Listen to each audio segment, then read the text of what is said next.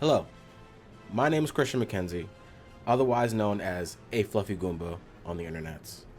My pronouns are he, him, and I am an award-winning TTRPG actual play performer, educator, and event coordinator here in the space.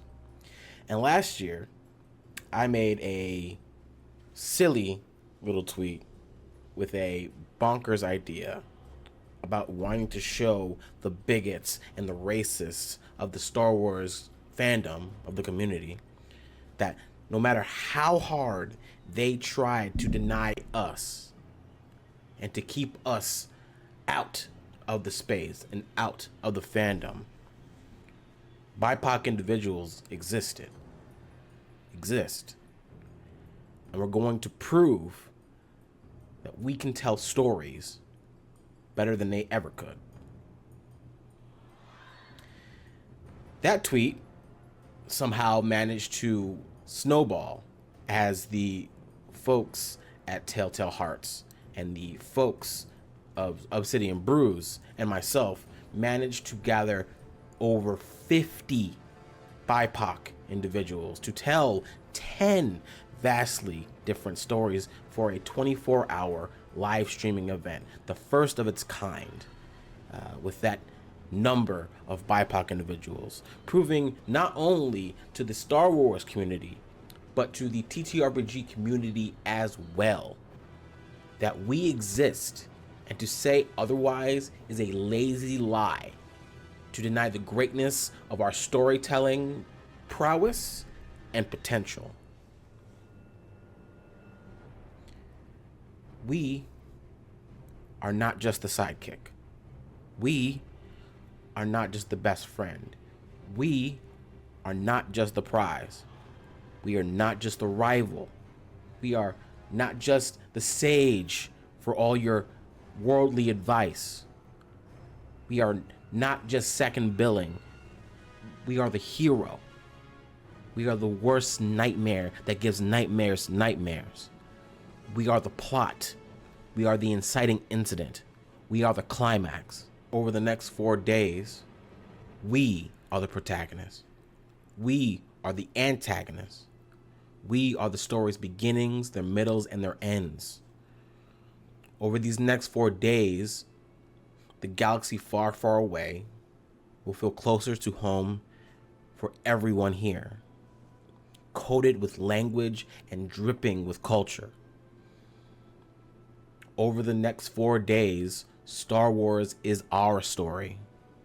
Star Wars is our playground. And to the players, just remember, your stories are worth telling. Not just these ones, but every single story you tell beyond this weekend. Every word from you matters. Every bit of emotion, every motivation, every fear, every criticism, every praise. And at the end of the day, also remember, they hate us because they ain't us. May the Force be with you, and enjoy our show.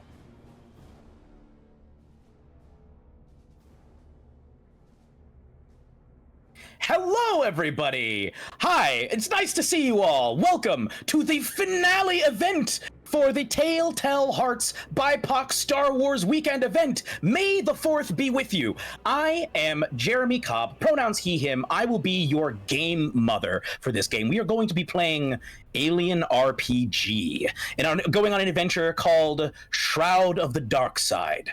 But before we get into that, we need to find out who is going on this adventure. I'm gonna pick your names because I can see you in a specific order on my screen. So I'm gonna throw the droid, the semi-sentient droid ball to introduce yourself over to Daryl. Daryl, please tell us who you are.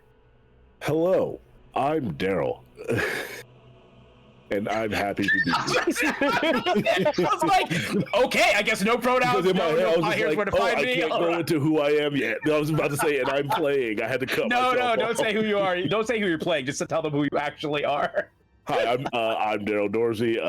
You can see me in a lot of places around the space, just showing up and playing games and having a good time, and I'm happy to be here. Incredible. I'm gonna take the ball back, shine it a little bit, and toss it over to Kendo. Hey everybody, my name is Kendrick or Kendo, whichever you prefer. I use any all pronouns. And yeah, you can find me doing all sorts of weird TTRPG stuff like this.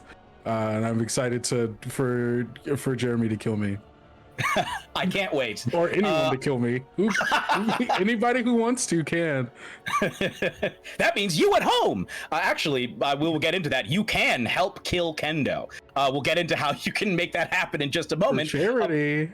Yes, for charity. We'll get into that right after we talk to Lola. Well, not right after, but Lola, here's the ball.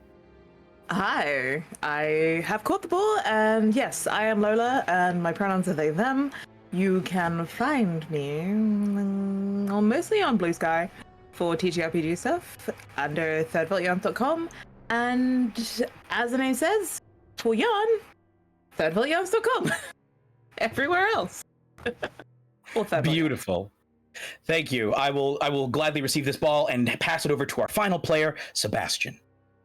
Hello, I'm Sebastian. I use they, them pronouns. I also am just around in the tabletop space. I'm a writer, game designer, and editor, and you can find me everywhere at Sebastian UA, all one word. Here you go. Jeremy, who are you? Well, I've already said a little bit about who I am. I am, in fact, our game mother. You can also call me game mommy if you wish for this session. I am leading you into almost, well, not necessarily certain doom, but very likely doom for at least some of you. But we're doing it for a good cause. As we've pointed out, we are doing this for the Marsha P. Johnston Institute. It is an organization that protects and defends the human rights of Black transgender people. We have a number of incentives where you can pay to support not only the Marsha P. Johnston Institute, but have cool things happen in the game. I'm going to tell you what those things are. For $10, you can give a character advantage or disadvantage on their next roll. For $20, you can add or remove a character's stress. This game revolves around stress and panic, so that can be huge. You get to choose whether you want a character's stress added or removed. For $35, you can decide whether a character gains or loses a helpful tool. Your choice whether they gain or lose one. For $50, everybody immediately makes a panic roll. For $75, a helpful or harmful NPC appears. Your choice whether they're helpful or harmful. For $100, a monster of the game mother's choice appears. And some of these monsters are in fact not Star Wars monsters at all. So I have a whole selection of them. Some of them are Star Wars monsters, classic, famous Star Wars monsters. Some of them are beyond the realm of Star Wars. I think in past Alien RPG games, we had General Zod show up once. I think we may have also had Vegeta show up another time. I'm happy. I'm real flexible. We even have ET. One time somebody paid and ET showed up and attacked the party. And for $150, you can resurrect a PC. Your choice if more than one is dead at the time. It is all for a good cause, and we are currently $250 away from hitting 1,500. We gotta get to that 1,500. That is a huge goal. That is our current goal, is to get to $1,500. We're currently only $250 away. So please donate to make these players' lives either a lot harder or a little bit easier, and to help a good cause. Without further ado, I think that's pretty much everything. Let's get into our story here. So, it is the reign of the Galactic Empire, a few years before the events of A New Hope. The Empire is dealing with a lot of turmoil right now. There are insurgent groups, the rebellion is beginning to form, there are still pockets of Force users scattered around the galaxy, and so in order to try and keep order, they have started to outsource support to a number of groups for hire, corporations that can help them deal with the various insurgent organizations and groups. One of these companies is called Hulzig. Holzig was put onto the trail of a group of Jedi who were uncovered. There was like a small nest of Jedi that the Empire uncovered, and they sent Holzig after them. Holzig put a crack team on them, and that team pursued the Jedi all the way out of the galaxy, out past the Outer Rim and into wild space, where Holzig lost contact with the team. Our players have been sent out on a mission to see what happened to that team, to perform reconnaissance, get the lay of the land, perhaps aid the team if necessary, and help facilitate the return of any survivors or samples of interest. You all find yourselves orbiting a planet called Jadis 7. It is the largest moon of the Jadis system. Again, out in wild space. So this has not really been charted by any, even Imperial databases. I think before you arrived here, as you were approaching, the feeling of the space around, for like light years around, is heavy. Like passing closer and closer to this planet, it feels like the space is heavy. And like it's brushing up against you. It feels like wading through water. And the closer you've gotten, the more it feels like wading under deep water. And as you orbit this planet, as you orbit Jadis 7, you all feel like you are nearing the bottom of an ocean right now. And it's not just the feeling that you've been getting, you've also been feeling a little unsettled and experiencing maybe apparitions, hallucinations. It's not clear, but you could all swear that at various points you've heard whispers. You've seen things moving out of the corner of your eyes. Your dreams are plagued by intense memories from your own past, and sometimes memories that you don't even think are yours. And now you have come to rest, to orbit outside of Jadis 7. All that's left is to land. I'm going to throw things over to our company agent. Kendo, would you please introduce your character? Jordan Vane is a tall, broad-shouldered black man. Shaved, bald, face clean-shaven, wearing a well-tailored suit. I think it's like one of the, like, in classic Star Wars fashion, it's like very sleek with as few details as possible, with like a deep V in it, like revealing like a white like top behind it, and almost the kind of, I've been watching a lot of Andor recently, the like tie that like doesn't have a knot but starts just like it was pulled through, and like coming down behind the like top coat here, and is sitting in a chair on the main deck, looking out of the looking out of like the main window. Yeah, the viewport. Just silently like sitting there and like stimming, basically fiddling with the ring on their pointer left finger. I can tell you what you see if you want. Yeah, tell me what I see. So the planet beneath you looks like if you took a ball of charcoal and gave it a bad case of acne, but the acne only manifested as white spots. You can see like what look like white or silvery spots like dotting the face of this planet. But it looks like the planet is charcoal gray, and with these grayish, or with these silvery spots, these much lighter patches covering like they're all over the face of this planet. In addition to this, I will say that you have, even though I think you knew heading in here that once you passed a certain point, this area is uncontactable. Transmissions simply do not leave this area. But it also, as you've gotten closer, you've realized like even your electrical equipment doesn't quite work here. So even like your surface scanners are coming back somewhat garbled. It looks like there are two likely places for where they may have set down. Where the people that you're following, the crew, the Holzig crew, may have set down. One of them appears to be in like it's maybe some sort of a rock formation that seems, from what the reports say, it seems almost like geometrically laid out, as if somebody had like terraformed or something. It's not clear, but it seems to be quite a large rock formation. This seems to be, they think that is a likely spot. And then there's another likely spot that is a ways away from that formation, but is still near it. It is in more of a barren, as far as you can tell, a more flat or barren spot. Of course. Okay. Yeah, I think. It's all you. It's up to you whether you consult the crew or whether you decide. Yeah. Is there anyone else up here with me on the viewing deck? I imagine Daryl's character might be. Oh, so true. My bodyguard, of course. Yeah, Daryl, why don't you tell us who is your character? What do they look like? Standing a little ways away, and I apologize if you can hear the dog barking in the background.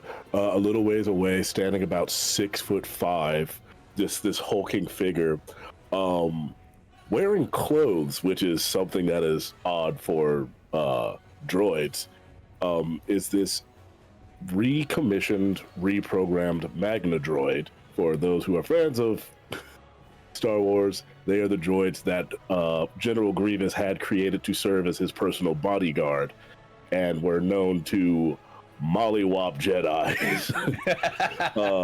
as it were. IG-177, or as he is designated to those he seem not to want to say the entire name. He allows them to call him Sev. Is just standing a little bit of ways. A little bit creepily, because it tends to just not move when not being interacted with until you hear the clomping of its movements going around. Yeah, I think as we're like just sitting here like looking out the window, I just turn to you and I say, "Disgusting, isn't it?" I have no opinion. Not even of this pustulous coal of a planet. Does it serve as a danger to you? Not actively. More of an annoyance, but this job will be done soon enough. And I click onto like the communicator for the speakers of the ship to say,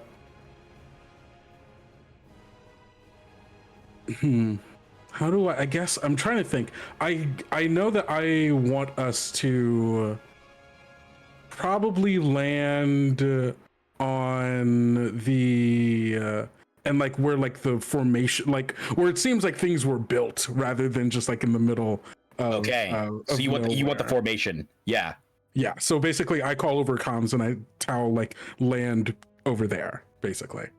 Okay. Well, you do not have a humanoid pilot. Your pilot is you have basically a droid that has been built into the ship specifically for the purpose of piloting. So all you have to do is direct it where you're going, and you can just notify the crew that you're about to land. Okay, then I put in that coordinate, and then I send over to the crew.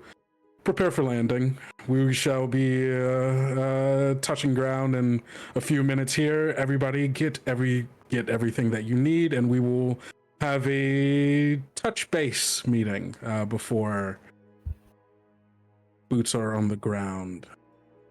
As you finish that sentence, immediately the ship lurches to life and begins swooping down smoothly towards this planet. Before we jump over to our other companion, I think we've gotten a little bit of a glimpse into Jorda's mind.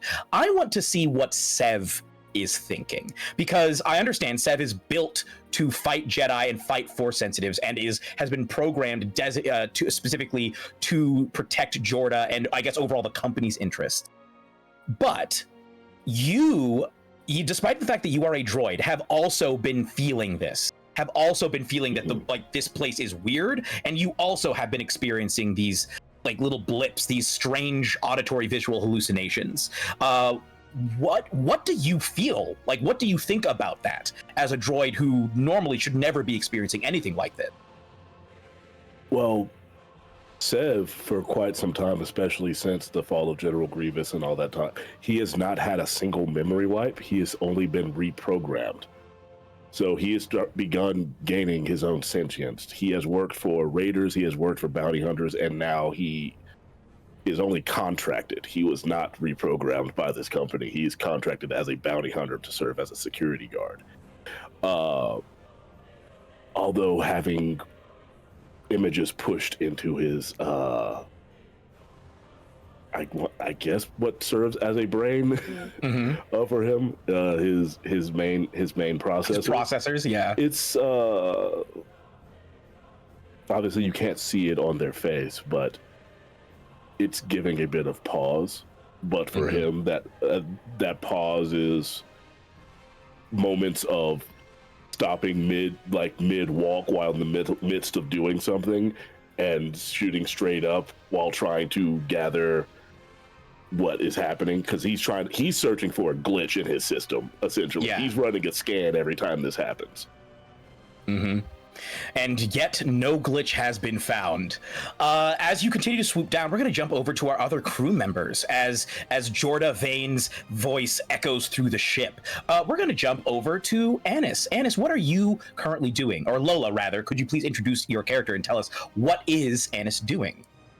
So Annis is, I think, in maybe not necessarily a med bay for the ship. I don't know if the ship of this size has a med bay. Oh yeah, you there just in case. Yeah. You were sent there to retrieve, so just in case there is a med bay. Yeah. So I think that Fully Annis is reaching out like a dark brown hand to check some of the cupboards and taking like little bandages and other types of like injections and things to put in the pockets of their cargo trousers and across the belt that they have strapped across their waist that contains like extra little pouches, so that they have pretty much all they need. And they're giving the med bay a kind of look around to just make sure that everything else is in its place and ready in case, well, it's needed. Then they brush their kind of braided back hair, get it slightly caught in the puff of hair that is managed to free itself from the bun, sigh, and like take out a brush from one of their many pockets, and basically just brush back the escaping afro into the bun, and check that all of the beads and everything else are still there, because you know what, you still have to have some fun with it. Yeah, And, absolutely.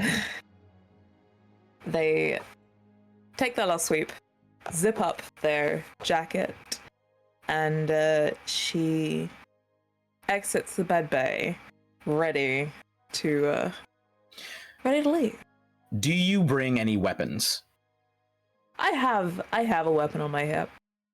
It Okay. tends to kind of always live there, but it's in a pouch that has a clip, so it's kind of locked down Okay. in itself. So I have that.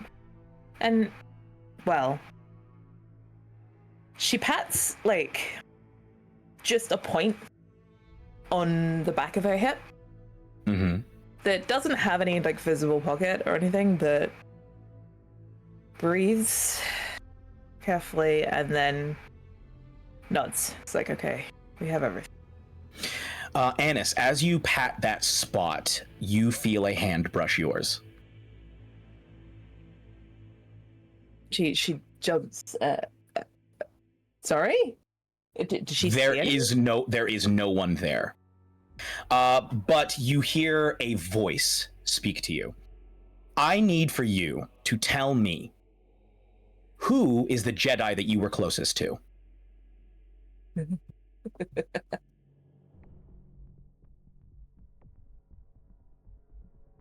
I think it was Utsuri. She was Alice's teacher. And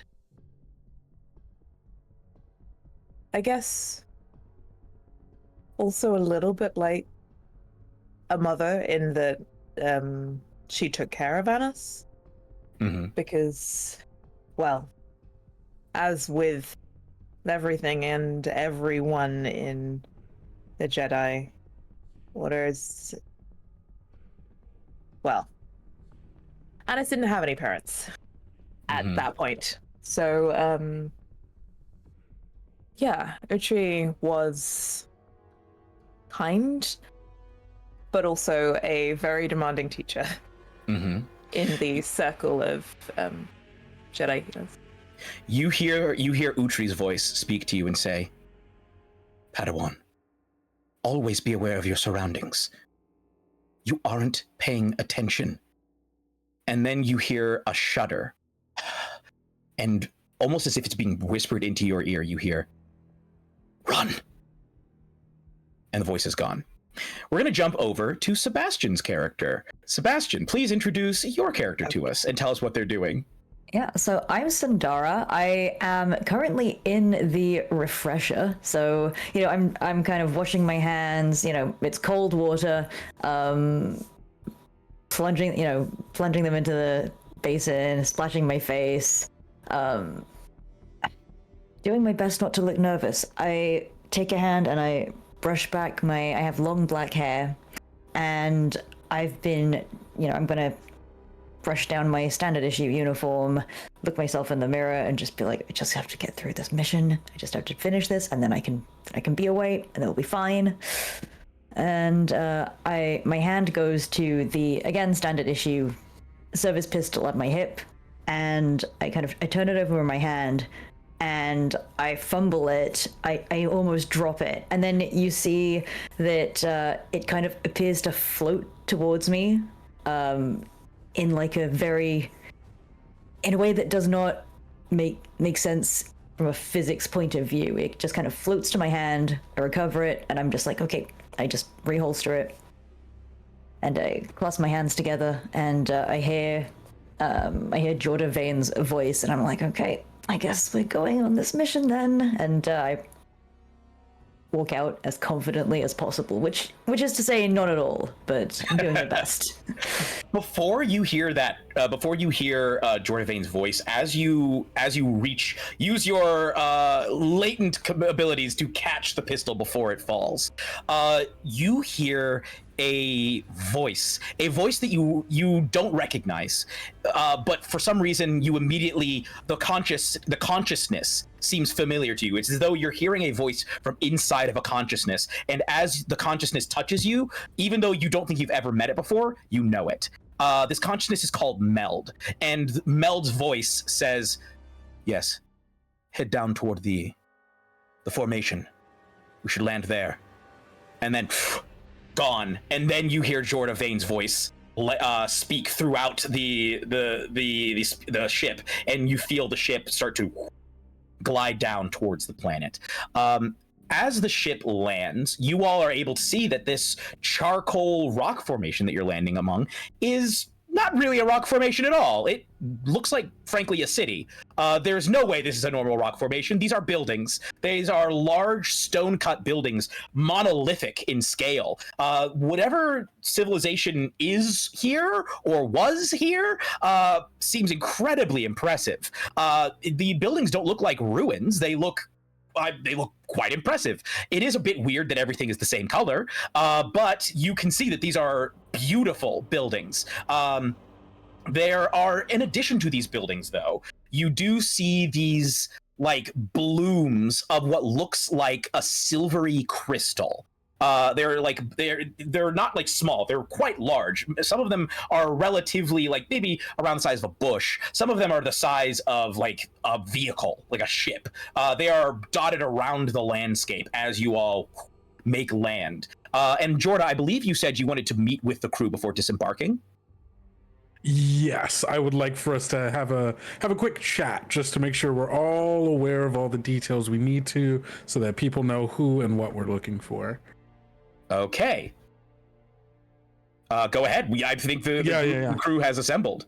Yeah, so I think it's like a pretty classic like Star Wars meeting room where there's a big table in the middle of it that has holographic images that pop up. And I think as everybody is like entering the space, there is the three like busts of the Jedi that we are looking for. So there's this Sulistan, this and it probably also has like a name tag under them as well. But as everyone comes in, I just go, Jackson Trill, Utri Thrall, and Kellen Stormwatcher. These are the three Jedi we are looking for. And I believe that this is probably the first time that you've shown them these busts. Annis, the name Utri Thrall is immediately familiar to you, and as you see the Deveronian bust appear holographically and start rotating, you recognize your old master, a Deveronian woman. Deveronian being sort of a devilish group of people. The males usually have larger horns. The females usually have like little nubs. You see she has nubs and then sort of long hair. But her hair is tied back in the classic braid that mirrors yours. And it appears that this is one of the Jedi whom they were after. Immediately, I will say, Annis, you seeing this, you gain a stress. And I should say that because of the amount of apparitions and everything that all of you have been experiencing, thank you so much, Sebastian, for rolling beforehand to see how much stress you all start with. You all start with 4 stress. Oh, and so Annis, your stress jumps up to 5. Yes. So that means whenever you make a roll, you have 5. Well, most of you have 4. In Annis's case, 5 stress dice to roll alongside your other dice. Please continue, Jorda. Wonderful. Already so stressed. So I do. Jackson Trill, Utri Thrall, and Kellen Stormwatchers. These are the 3 Jedi that we have been tasked to get. A task that the previous group have seemed to fail in accomplishing. We shall prove different. As well as finding these 3 Jedi, the company has given us a task to figure out what happened to the previous group. And I press a button and the image changes. This group was led by an individual known as Meld, who was accompanied by 4 HK droids and just kind of clicks through them. Viper Strike, Marauder, Iron Fang, and Havoc Claw. All you can find the names on your dossiers. If we find them, which I, at this point, highly doubt we will, they are to be brought back in as many pieces as we can find, with a specific focus on finding Meld, more so than the droids. Are there any questions? Sundara, before anyone asks any questions, that is also, I'm going to say, a stress for you. As you just heard. This is the same presence that I have never met, but that I've felt, that I know. Yes. Is Meld a human or another species? So the face that appears does look somewhat human, but a whole side of the face appears to be droid-like. Meld's face looks like Meld is part human, part droid, as far as you can tell. Okay. Huh. And I'm staring very intently at this little, like, rotating very slowly hologram, trying to make sense of if I recognized any detail of Meld. So I do not have questions. I'm just looking very intently at this projection. You know what? I will say, as you're looking at Meld, we're gonna have a first roll, and this, because you have advantage, you get to add an additional die to this. So we're going to have you roll a wits observation roll. So that's going to be 12. That's going to be 12 dice plus 5 panic dice, so 16 dice in total. Let me know incredible. how many d6s you get. If you don't get a single d6, I will be flabbergasted. Okay. So I have to roll this a couple of times. So. Yep, no problem. Just keep track of which one are your panic dice and which one are your stress dice rather, and which one are your. Yep, I have dice of different colors, so I can do that. First roll, not so great, but so you said 16. Yeah. Okay. 16 dice in total. 5 of which are stress dice. Would you believe it that I didn't get a single 6? Ooh. No. No, seriously, I'm not. I shit you not. Like. Okay. So you are looking at this. God. You're looking at this image of Meld, and you're like trying to analyze it from a scientific perspective. You haven't, like, you've heard, of course, of humanoids being combined with. What are the odds? Never tell me the odds. Never. Yeah, exactly. Oh my lord. But there's something about Meld that doesn't seem quite the same as most of these other examples. And as you look at this, as you're looking at this image, you don't think anyone else notices, but the image looks directly at you and smiles. And I need you to take another stress. In fact, actually, no. I need for you to make me a panic roll. Okay. I got my d20. That's a On 7. the ship. Okay. I know, right? You feel, as this thing smiles at you, you feel as though, wait, this wasn't the hologram that turned. This was like as if Meld stepped forward out of the hologram for just a brief moment and smiled at you in physical form. And you felt it's as though Meld is with you, and then gone, but you can still feel them there. Meld, you know Meld is somewhere on this planet. Meld is somewhere on this planet, and not only that, but they know you're here too.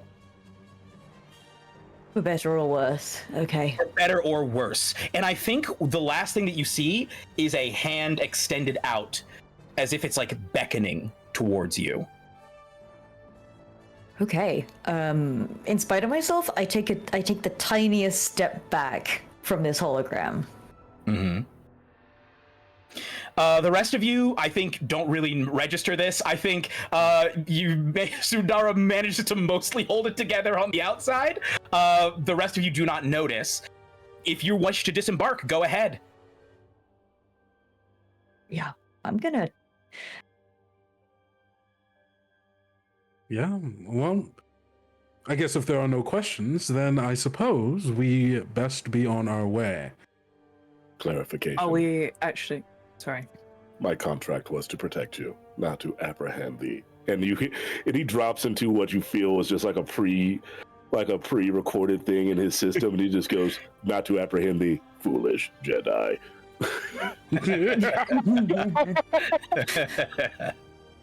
Oh, do not worry, Sev. You will not be apprehending anyone. But I do want you to keep an eye on all of us, as I will also be making my way onto the planet. Very Sorry. well. Can I clarify? We won't be apprehending them, just eliminate. Oh, the Jedi. Elimination. Right. Any answers we need, we can get from the previous crew, if we find them. The droids probably still, hopefully, again, if they haven't been torn to pieces by the Jedi or Maybe whatever it is. Cause is still intact. Of course. And they are company property, so please make sure to retrieve what you can, if anything. As you all are having this conversation, you hear a clanging from outside against the hull of the ship. A rhythmic clanging. Still in space right now, right? No, you've landed. You are landed. You have landed on the planet. All right, that was about You to are be in it. the rock Okay. formation, and something is clanging against the outside of you. All right. Are there cameras that Great. Yeah, You question. can try and Like, access them, but a lot of things are garbled right now. So you could, if you want to, you can try and, I would say this, as you access them, you can see all the images are so heavily distorted. You would have to try and use like your mechanical abilities to get a clearer image or even a decipherable image. Do I have mechanical abilities? Yeah, I mean, if you want, go ahead. This is going to be, I think for our purposes, we will call this Wits Comtech. Okay, cool. I have 0 in that. But you have 4 in Wits. So it's gonna be 4. You're gonna roll 4 Wits. Nothing for Comtech. And then all of your stress dice. Yeah, all 5 of your stress dice. Lovely. Let me know how many. Let me know how many 6s you get, and if you get any 1s on your stress dice. Okay, cool. Yes, I got a 1 on one of the stress dice. That's Okay. Great. Did you get any? Did you get any 6s? I got a 6 on a stress dice. Okay, that's a success. No other 6. So here's what happens: you manage to ungarble like this image as you head over to the video and start ungarble. What you see is one of what looks like one of the droids, one of the HK droids. That is banging against the ship, except you see that half of the droid is gone, and growing out of the droid are what look like these strange crystalline, spirally, almost legs that are sort of like propping it up as it is slamming against the wall of the ship. And I need for you to make me a panic roll. And that is a D20. Mm-hmm. Yes. That is a natural 20. I don't know if that's Okay. bad or So good. as you see Or bad. this, no, as you. Oh wait, see, no, hang on. Sorry. That's an 18. Okay, an 18. I have nerves of steel so I get -2 to that panic roll. Oh, okay. So what actually It's happens immediately then, terrible. So what actually happens then is as this droid is slamming on the side of the ship, you feel yourself beckoned outside. The rest of you, I think it's as if your body goes into muscle memory from your time at the temple. You move with inhuman speed over to the exit. The rest of you have never seen them move like this, but you feel your body just like pulled in that moment over to the exit, and you begin to open the door instinctively because you need to get outside. And it's like, it's not that you're being mind controlled. It's as if something has poked, as if like when somebody hits your knee, your leg extends. It's as though something has pressed on one of your force reflexes and caused you to move in this direction, and you find yourself opening now the hatch to exit the ship. Yeah. Sev, stop. Can you stop that, Sev? I immediately I take off after Sev, after the foolish Jedi. How do I? Would it be an agility plus mobility to try to catch up quickly? Yeah, absolutely. Okay, and now I gotta add these die. Okay, I'll use the colorful ones that I never use in regular games to be my stress die.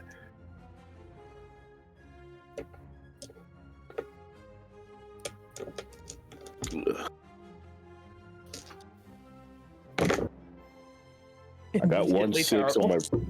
I got 1 6 on my regular die. Okay, so I will say that you are able to get over there and grab Annis before they try to exit the ship, but the door still does slide open and the walkway extends, and the droid flops over onto the extending walkway, and the crystalline legs pull the body up on and begin to scuttle up the side towards you all. And I need you all to make me a panic roll. For you, thank you very much, Pizza Yeti, for your panic roll. But we had a group panic roll donated. We are currently at, what are we at? We're at 1335. We're so close. Ooh, So thank you. Kendo, Jordan Vane, for your character, it's going to be a D6 plus stress. For everybody else, it's a D20. Oh, haha, love that for me. D6 plus Oof. 5. I got a 4. Okay, you managed to hold it together, although as this thing runs towards you, you definitely get a sense that there's something like that same sensation when you felt Meld's mind touch yours. You get that same sensation that like there's like a consciousness in this thing that cries out to you. You hear the screeching and shrieking of droids and like a screeching of metal as it comes scuttling up the side. But you managed to hold it together. Yeah, what did Annis get? I didn't roll another one. Oh yeah, you got to roll one. What did Sev get? I got a 9. Okay. I You don't like that also. reaction. Yes, you also managed to hold it together, although you immediately identify with the droid. I think it's one of those things where, like, even if you've never known this droid before, what you get is a flash of pain as the droid is being carved up, is being injured, is being like sliced apart. You feel as though your own body has been sliced apart for a brief moment, but you manage to you keep bodily awareness. But it's like the droid is like calling out to you as it's scuttling up here. What did Jordan get? 2 + 4 is 6. Okay, you managed to hold it together. You do not freak out, but it's not feeling good. And I believe you said you got 13, Annis? Yep. Okay. I'm running back into the ship. Annis, so as this thing is running towards you, you again feel that call. It's calling to you. This droid is calling to you through the Force. And you hear this voice, this droid voice, say to you, "It's here. It's all around us. It's in us. It is us. It will be you." And you are frozen not physically frozen, not literally frozen, but your body just freezes up for a moment, with fear as this thing is scuttling towards you. And I'm going to need you all to roll me. This is going to be the Alien RPG version of initiative. So for the way we're going to do this, normally you would draw cards. What we're going to do is roll a d6. If you tie with another person, then that means that we'll take whoever has the higher agility. Unfortunately, Annis, you're going to roll with disadvantage. So roll 2 d6s and take the lower. Mm-hmm. Okay, Jordan got a 5. I got a 4. Okay. My agility is 4. Sev.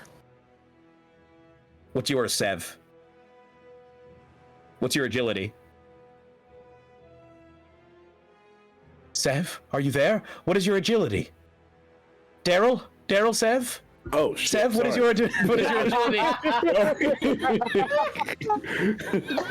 It's also fully lost. I in the was sauce looking there. at someone else like, who the hell is he talking? It can't be me. I fully disassociated because it got Oh way too my scary. goodness, yours is also 4. I'm gonna need you two to roll up.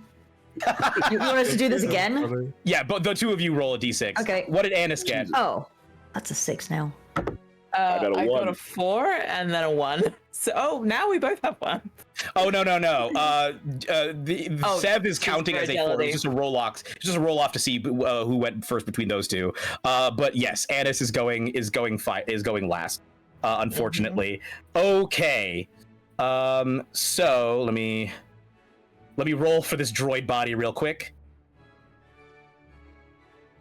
Bam. Whoopsie. Roll poorly. Roll poorly.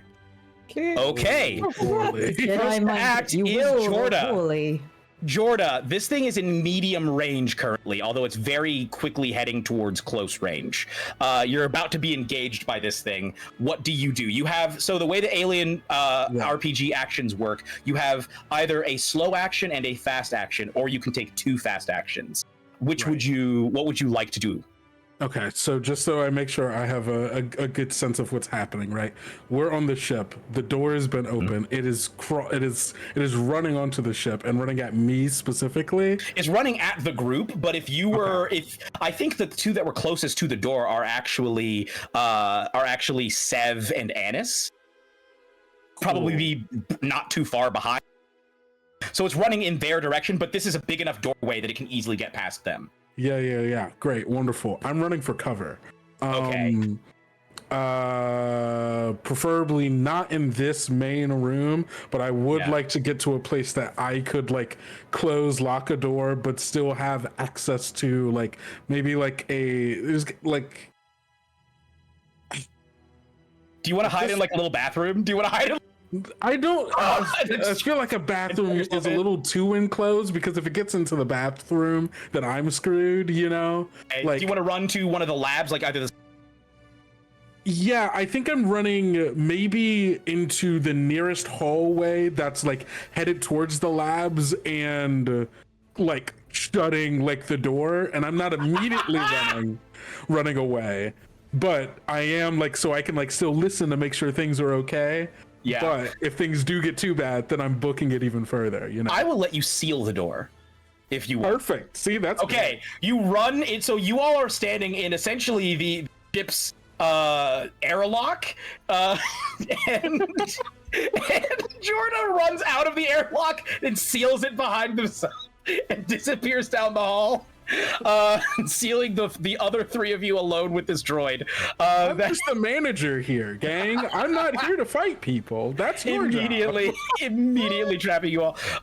Sundara, what's the plan here? My plan is, I mean, can I use my scientist talent to roll for observation to do an analysis of what's happening? Absolutely, I will let you do that. Okay, yeah, because I would like. Okay, so observation, I get a bunch of dice, which is great. Mm-hmm. All we need is one, and if you get better, then you get to stunt, and we want to stunt on this, if possible. Okay. That one I got a 6. Oh, I got 2 6s on this. Hey, we got a stunt! Okay, you get to ask one additional thing. Number one, well, you don't ask this. Is it coming for me? It is. Number two, are there more of them close by? Or 3, how do I get in/past/away? So either ask, are there more of them close by? And how do I get in/past/away? And then ask me what your actual question was, the thing you're trying to look for. Okay, I'm going to ask, how do we get in/past/away?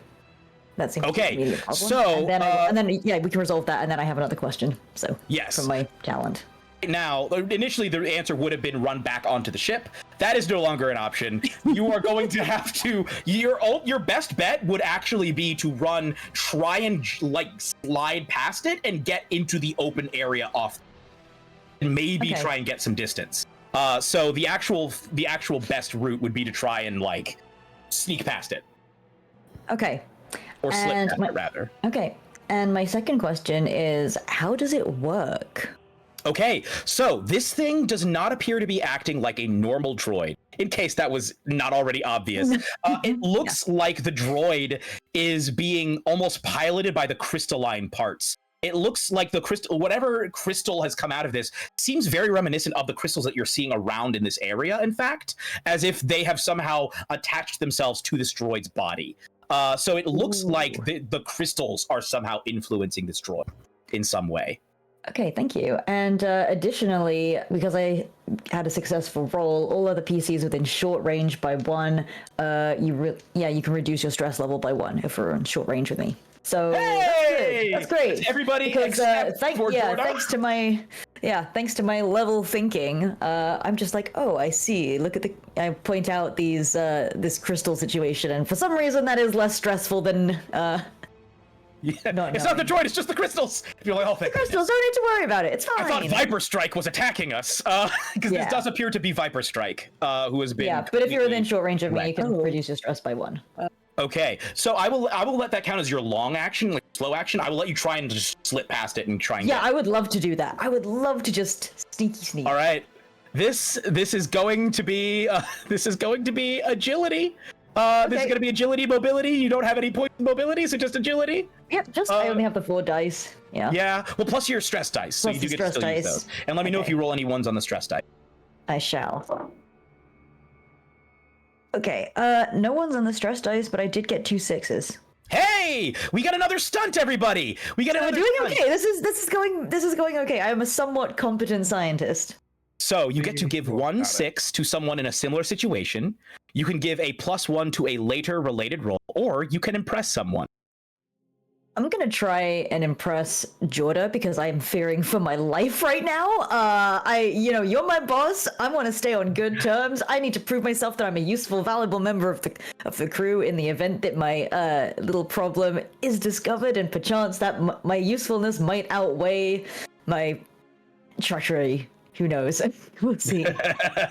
This is my very naive thinking. So yes, I'm watching from a little screen behind. Describe how you, a decidedly unathletic individual, slip past this charging droid and off of the ship in a way that is impressive enough to impress Jorda.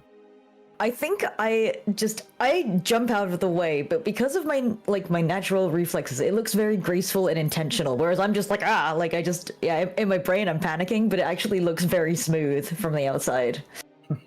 So yeah. Maybe you'll see it and think, ooh, like a coordinated battle maneuver, I see. I'll even add that it's not visible to anyone except for you, but that like as you're slipping past this, you like go fully horizontal, like in a baseball slide, but you use your force powers to like just move you don't even touch the ground. You just slide past it, and even like slightly nudge it just a little bit, like millimeters away. So as it tries to swing at you, it misses you. You feel the wind against your face as you slide off of the entry rampway and onto the ground. As you land, charcoal dust flies up around you, but you are off of the ship. Congratulations. Next is unfortunately going to be the droid boy. This is Viper Strike. You just saw a representation of Viper Strike. This HK droid that is heading up here. It is going to go, I believe, well, Sev, now tell me, when you ran up and grabbed Annis, did you move them like away from the entrance, or did you just grab them and hold them? I moved them away from the I'm contracted to protect them, so I moved them away from the door, of which I thought there was, so either back towards where we came from, which is more likely where I was trying to put them back towards that direction, but that's been shut off now. So Yep. Okay, so that means it's going to attack you. Viper Strike is coming straight for you, is going to swing down. Now, you can, before I roll here, you can choose to block an attack. You do have weapons which you can try to block it, which essentially you would make a close combat roll, an opposed close combat roll, and for however many d6s you get, you reduce the damage by 1. Okay, that's a lot of dice, including the stress dice. I'm gonna have to re-roll some stuff. Yeah, I'll make a close combat roll because that is 11 for me. Yep, and remember, to 4. add the stress dice. Yeah.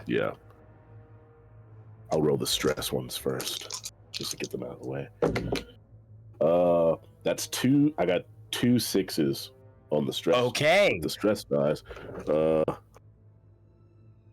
That's good. That means you can reduce the damage by 2. So this is going to be this thing runs up. And like Viper Strike jumps up and like tries to dig 2 of its claws into you, 2 of its like sort of crystalline claws, and you feel them pierce into your metal chassis. One of them slips in between a couple of your joints and feels like it another hits. 2 on the rest of the roll. Okay, you 4. feel it trying to like worm its way in to get in past your circuits. And like to actually hit some of your wires, but you manage to like flex the pistons on your arm and close that off, and you manage to like break off the very tip of that crystalline thing, so it doesn't actually pierce you. The other one, however, does buckle part of your metal chassis, and you take 1 point of damage. So you managed to reduce it by 3. It was, okay, which would have been enough, I think, to kill most other crew members. So you do take 1 point of damage, but you are still okay. It is going to, I believe that is all it can do. Oh no, wait. As it does that, it is then going to try and, you see like the droid part of it. You see the droid part swing over, and out of what would have been like the mouth, it looks like the crystal is almost like replacing the circuits in here, and there's like a little bubbling up of crystals that are coming out of like the mouth slit, the voice slit, and you see a little the crystal there explodes into like this fine dust. Both you and Annis, because you are currently holding Annis, I will, if Annis is comfortable with this, let you make an agility roll for both of you. Annis, are you okay with that? And you can give the help. Oh, excuse me, you're frozen currently. So actually, no, you cannot. So Annis can't dodge. So the only way Annis gets out of here is if you move them. So I'm going to need an agility roll from you to avoid this. agility and what? This is going to be agility, mobility. Okay, so that's. I'm stressed out in real life. Hold on, I don't even smoke, but I need a cigarette. Damn. So it's just and death sticks. It's giving you the death sticks whether you want them or not. It's just it's wiring them into your account. I got 1-6 amongst all those dice. Okay, you managed to like launch backwards with both of the pair of you and avoid this sudden cloud of crystals that, and it sort of just dissipates. But you managed to avoid it. That is the end of the droid. That brings us to you, Sev. Sev, what are you gonna do? So one thing I didn't really get to is Sev wears clothes. He dresses very similarly to the Sand Raiders. So he's so he's almost completely covered, and he wears a hood. Though it's very obvious from the way he speaks and his motions, he is a droid. I don't think anyone's really caught on to what kind of droid he is up until this moment, where he brings out his double-sided baton and the the purple ends that are meant to be able to block and defend against lightsabers come out, and he goes, "Foolish droid." Absolutely, And yeah. so Roll. Was it going to be strength, close combat? Yeah. Tear this thing up. And primarily aiming for the crystal part, because I think I am catching on that it was said out loud that that's the part that is doing all of this. So I'm aiming at the crystal part if that does anything. Yeah. Oh yeah, another 11. How can I forget that number? So good. Plus your stress. Oh, we have advantage. So you have advantage on this, which means you get an automatic +1. So you get to roll one extra die. Okay, so that'll be 12 plus 4. Yeah. Let me roll the stress first. Thank you so much, whoever donated. Yes, I appreciate that. Thank you. We're 1355, everybody. Oh, we're less than 150 away from the goal. So close. Okay, so that's 1, 6. And I will say it is trying to block you, so it's going to roll opposed.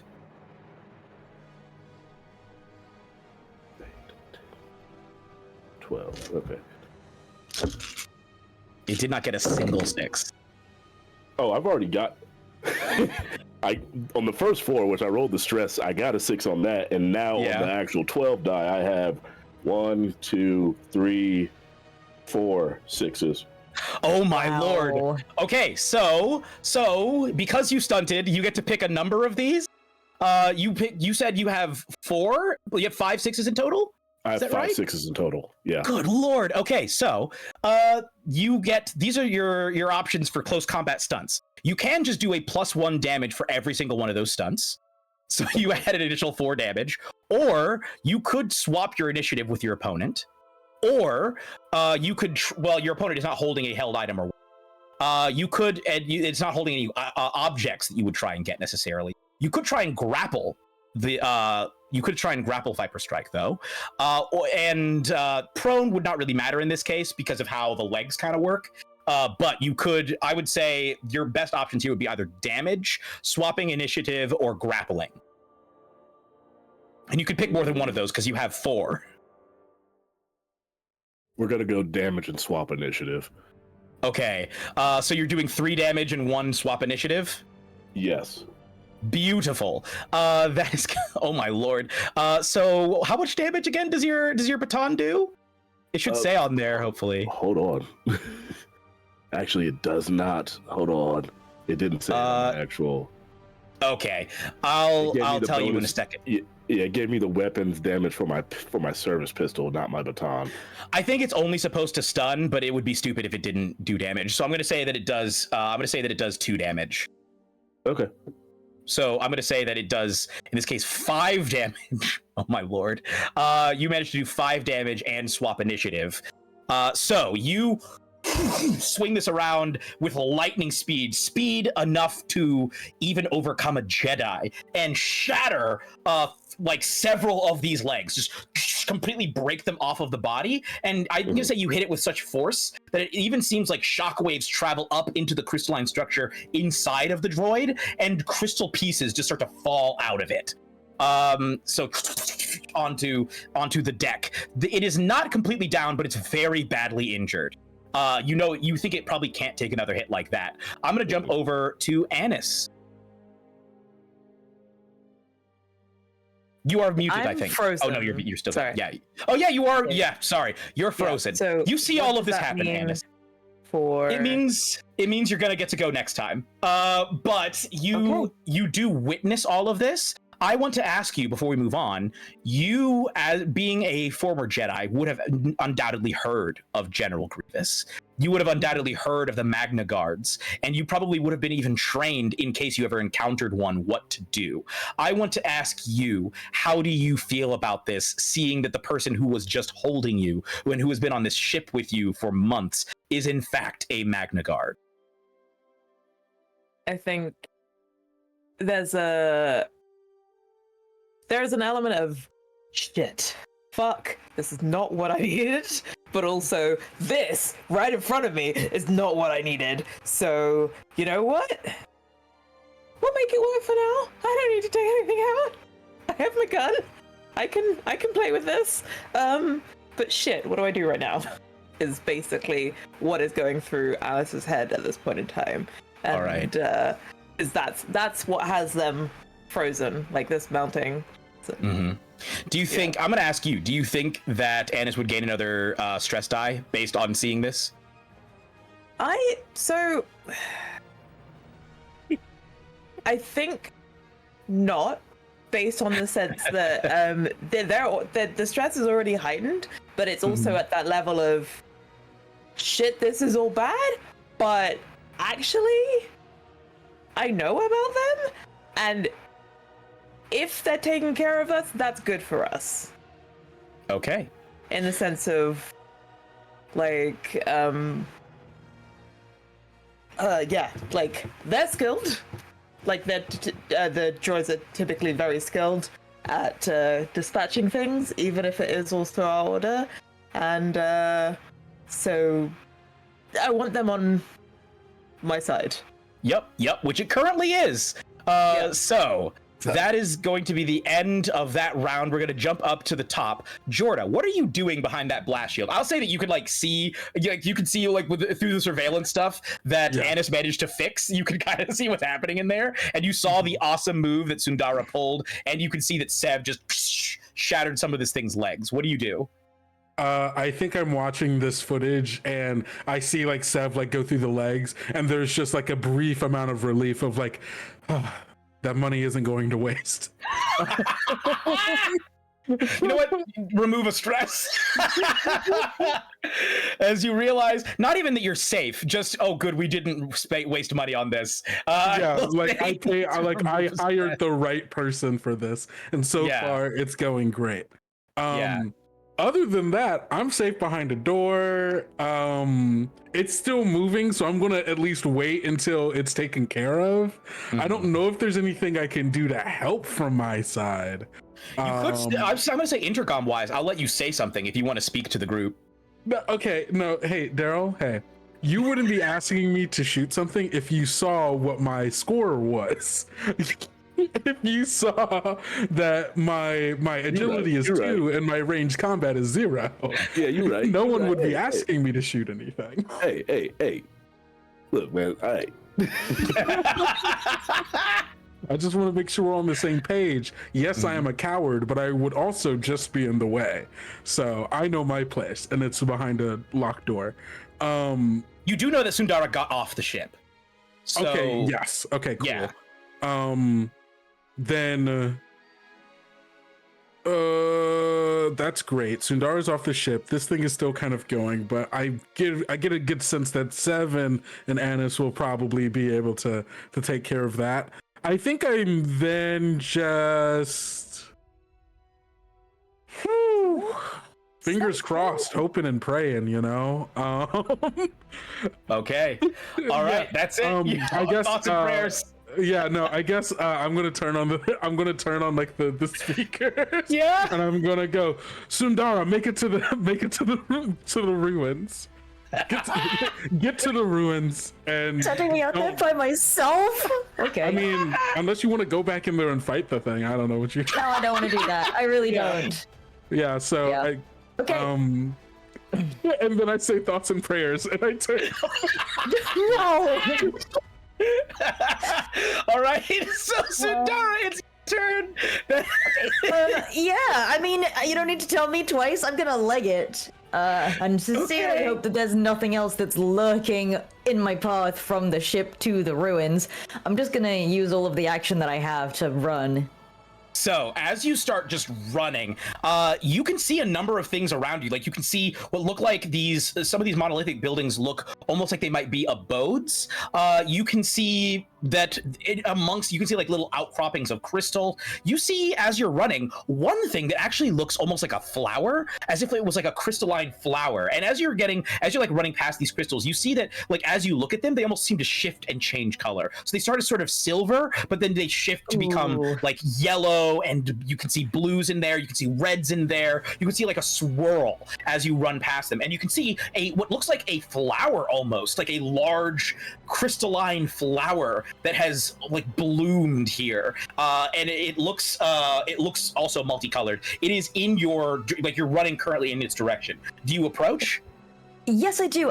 So do I know how far the camera, like, I mean, can Jorda see my every move? Like, how far ranged is the camera? Because I know that we've had issues with communications. Yes, I will say that if you run over it, like, as you're running further away, you are leaving.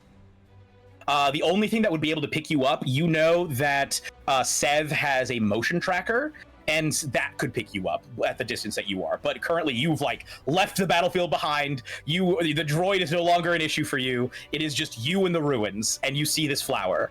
So Okay, if you were to run over to it, no one would see. Okay, in which case, I'm gonna do that. Knowing that there's a motion tracker, I'm gonna do that and just kind of, like, slow down, but, like jog a little bit on the spot. It looks ridiculous, but I just need to... I need Jordan to think that I'm doing my job, which I am. I'm not doing my job. Yeah. Am I able to do an observation for this artifact, or did I use all of my actions to run?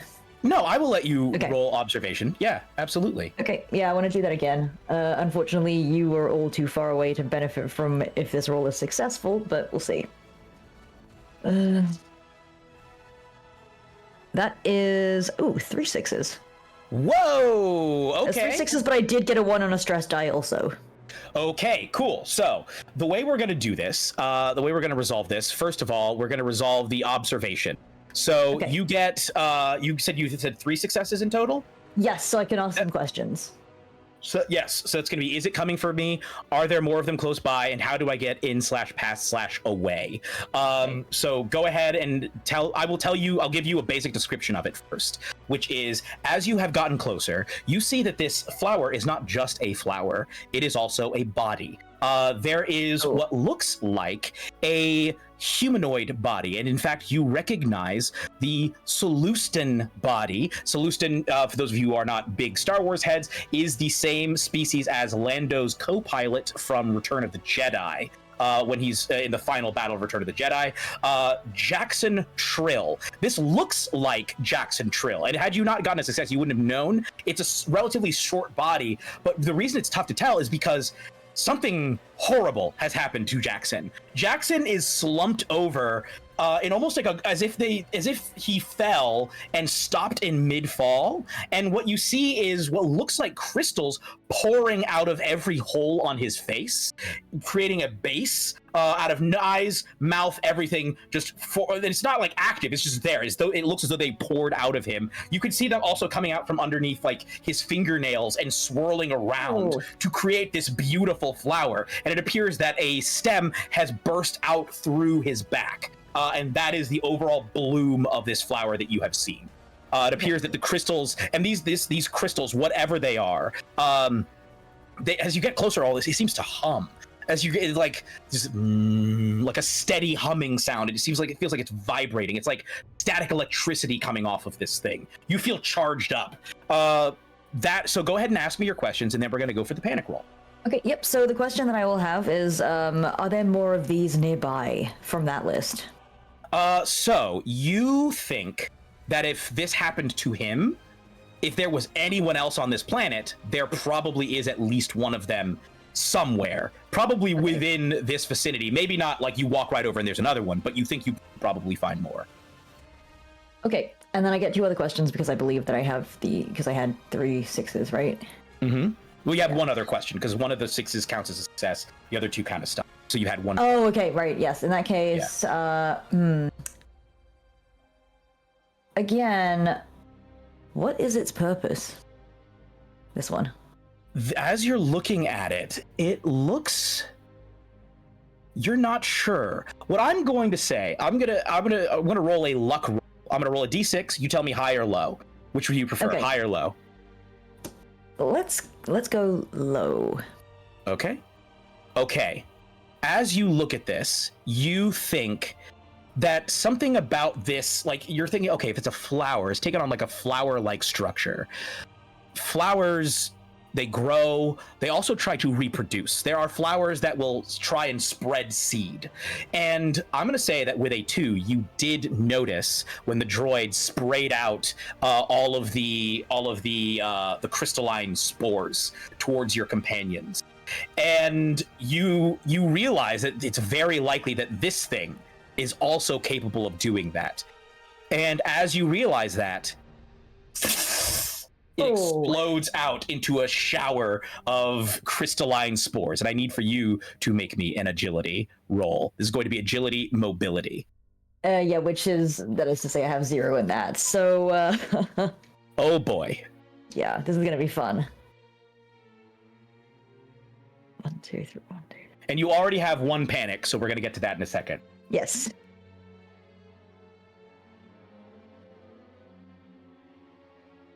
Ooh, that is no 6s.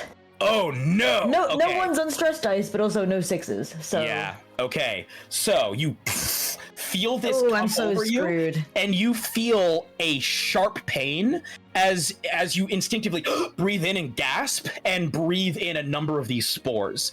It's a sharp pain into your nose, down your esophagus.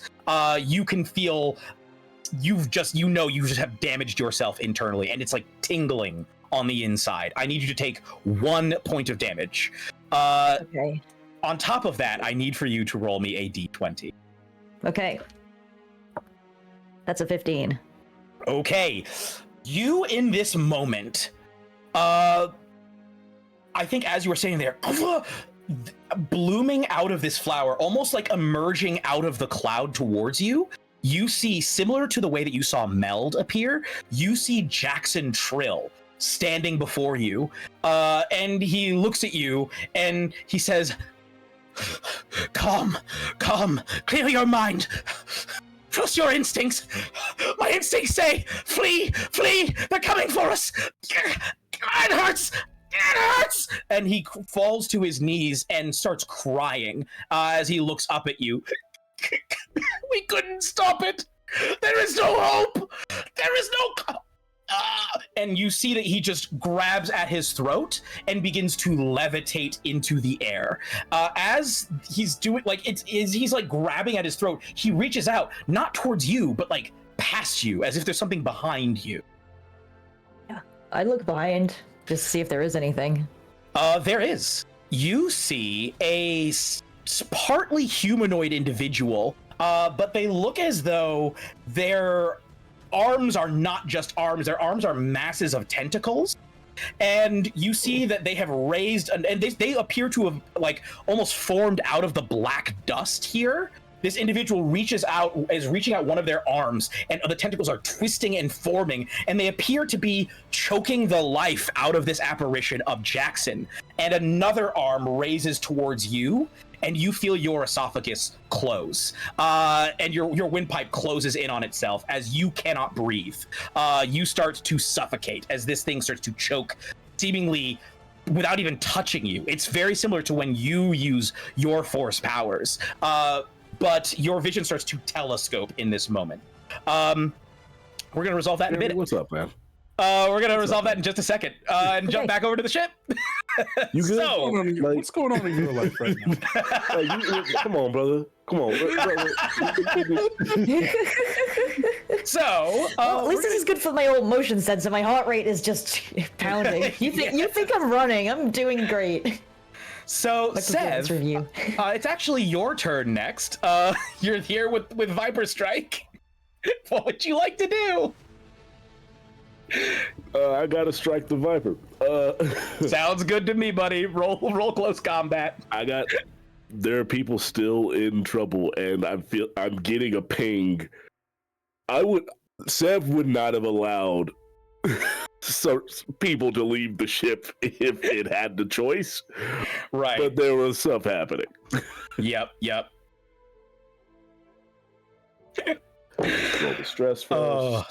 It is trying to block you, and it did roll 3 successes. So you basically need at least 3 successes in order to do actual damage to this thing. Just for the stress, I got no 1s, and I got 1 6. Okay. And this is a no more advantage, so it's just 11 this time, correct? Mm-hmm. Gotcha. So that's 1. Math. Cool. Anybody else just say math out loud when they have to do it? It resonated with each of us.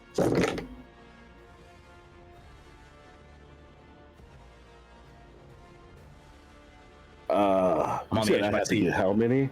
You need at least 1, 2. I believe your thing does 2 damage, so you need at least 3 successes in order to do damage. In total, you got 1, so you need at least 2 more. So I need 2 more on top of what my weapon does. No. Sorry, your weapon does 2 damage, right? So this thing blocked 3 damage worth. So you need to basically so hitting once does 2 damage. Getting a second success hits the 3 damage threshold. Getting a third success does a point of damage, and so on and so forth, if you wish. How many successes did you get?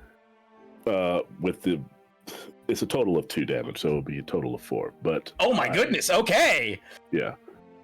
So this thing could not take another hit like that. You swing around on it and absolutely shatter the robotic chassis of its head, caving in this droid skull. And as it collapses to the ground, the crystals that were leaking out stop. It's not even crystals anymore. It's now liquid. It's like silver. It's like mercury leaking out of this thing. It's like if you were to take those crystals and turn them into like a darker liquid. That's what it looks like. And it starts to slide out, and it's going to lurch towards Annis.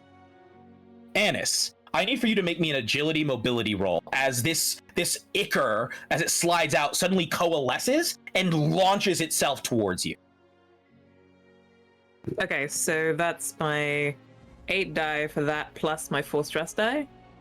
Yes. Okay. Let's roll the stress die. It's probably gotta be great. Thoughts and prayers. I got a 6. I got Okay, great. 6, 5, 5, 4. So no 1s in the stress die. And All right, that's all of them? huh? No, that was Is that the all of stress them? Okay. Yeah, go ahead and roll the other one. You know, if you get any more successes. This is essentially opposed. It is opposing you right die. now. Yes, I got 3 other successes. Okay. So because you stunted on that thing, let's go ahead and figure out what will this be? Mobility. You get to give a 6 to someone else in a similar situation. You can get a +1 to a later related roll, or you can impress someone. Which would you like? You could do all of them if you want. Right. But it's whether it will get me or not if I use them. Oh, yeah, it's not getting you. You're dodging. Oh, okay. Well, yeah, then I think I will boost Sev. As well as, I mean, you don't need it right now, but can Sev use it later? Yeah, if you have to make another a mobility roll, remember you get an automatic success. Okay, so I'll keep 1 for myself. I'll also, in fact, no. Can I keep 2 for myself? No, it's just a 1 success, and you can give 1 to Sev, and then you can choose to either give 1 to other people or to give yourself a +1 to a later related roll. So you could give yourself a +1. Okay, so So I'm keeping one, giving Mhm. one to Sev, and also giving myself a little +1. I don't need to Beautiful. impress anybody. Yeah. So you describe for me what it looks like as this thing lurches towards you and you dodge out of the way. I imagine with how many successes you've gotten, there may be some force power involved in Yeah, I think it's a kind of snap. It's the like all of these things finally like reconnecting in Alice's head, and it's very much an almost instinctual push, like a push out and step back at the same time. Okay. Like as in it's almost like pushing, like Yeah. force is pushing it away, and I'm moving back with Yeah. that force that I'm expelling. Yeah, so you instinctively, it's like, "Rah!" It's stopped in midair, but you also glide back a little bit. Mm-hmm. Now, here's what I need. First of all, that works, and it's sick, and it's awesome. However, I'm going to need for both of our other companions here who are near the ship to roll me wits observation. Because you just used the force in front of two people one person whose job it is to run a company or help run a company that hunts Jedi, and one person whose job it had formerly been to kill Jedi, or to mollywop them as the. That was years ago. I have a. We moved on with our lives. Is there time to talk during this? Well, I guess I'll see if they observe it first, and then. Yeah, this is basically, do they notice it? In fact, This is I'm going to say, how actually, no, I'm not even going to make you guys roll. They do this directly in front of both of your eyes. Of course you see it. Of course you see this thing, and they glide back. I'm not even going to make you roll, because there's no negative consequences for this. Don't even roll. You know, both of you see that this person just used the force.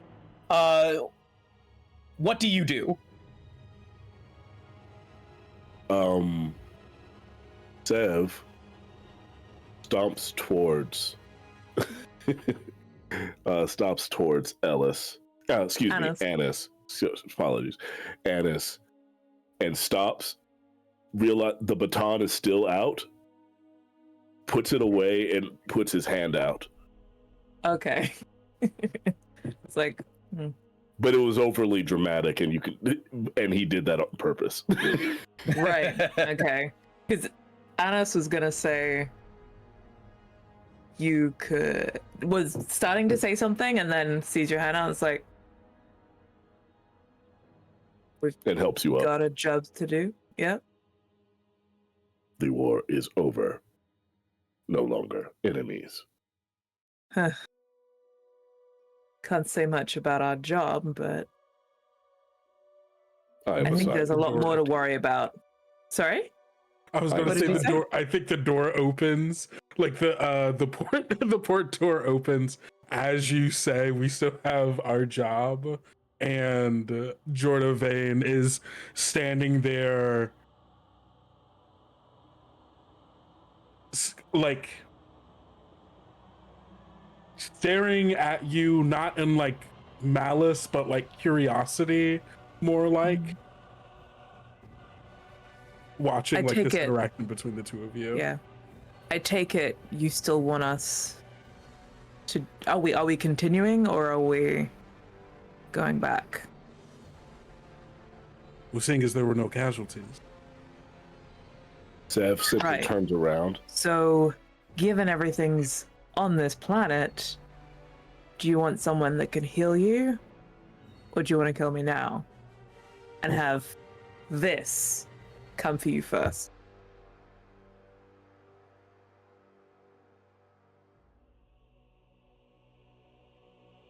Polsig is currently under no obligation nor contract to hunt down a Jedi by the name of Annis, as far as I'm aware. Very good. I would argue that the Force is not only used by the foolish Jedi. Unfortunately, our contractor doesn't necessarily care about what titles they use. But again, we're under no contract to hunt down any Force user. by your identification. So, good Do you work. all head? Yeah, where do you all head out? What do you do next? Is there a what? Alice would make the choice to be like, okay, it did a thing. We didn't want to breathe it in. Can we be like, we should get something to cover our faces, or like yeah, if you want to conclude that, you absolutely can. Yeah, if you want to say, hey, before we head out, let's go get stuff to cover our faces. Yeah, Motion sensors activating. Yeah, we should. The small Where one is done. Sundara? Yes, so you would have. So as you turn that on, you immediately pick up that as Annis goes to go and get like mouth coverings for each of you, and you guys are still on this ship. You pick up that it appears that Sundara has run a few hundred feet away from the ship, and like you pick up the motion, I think just before the motion stops, but I'm gonna say there's enough struggling. It seems like the dot isn't really moving, but it looks like there's a lot of activity in one spot several hundred feet away. We should hurry. Understood. I think just before we go to break, what we will say is, I need to know before we go to break. I need to know how long it takes Annis to get the face coverings. Annis, I need for you to roll me a mobility check. The number of successes you have will reduce the amount of time before you all get over to Sundara, because Sundara is actively dying right now. So go ahead and make me a mobility check, but you are you are staying on the ship until you guys can get face covering. So go ahead and roll a mobility. This is going to be mobility. What is this? Agility mobility to get those face coverings fast enough. I would ask this: do I feel that let me make sure I say Sundara? correctly. Sundara. I almost said Samara. Do I feel like Sundara is in active danger right now? You would have no way of knowing. There could be any number of reasons, like for example, somebody jogging in place. It could be that they're like very excitedly looking through something. There could be a number of reasons. You don't see any other movement. That's the thing. So whatever they're doing, they're by themselves, or it appears to be. They are by themselves. You say agility, mobility. This is only for Annis. This is only for Annis because they're the ones getting the face covering. Mhm. Right, so she got 1-6. 1-6. Oh, I'm dead. A 1. On a panic roll? It's 2. Yeah, so a 1 on the stress die as well. All right, But, so can I change it to can I make that a 2? So that's not a 1? you can give yourself the thing. No, you could just give yourself an automatic extra 6 on. Or I thought I could... automatic plus 1. Right, yes, I got you. So no panic roll for you. So yes, that's fine. I'm gonna take a 6 and not a 1. Okay, so when we come back, we will learn the fate of what happens to Sundara as she's being force choked by this creature, by this apparition. We will be back in 15 minutes. Bye!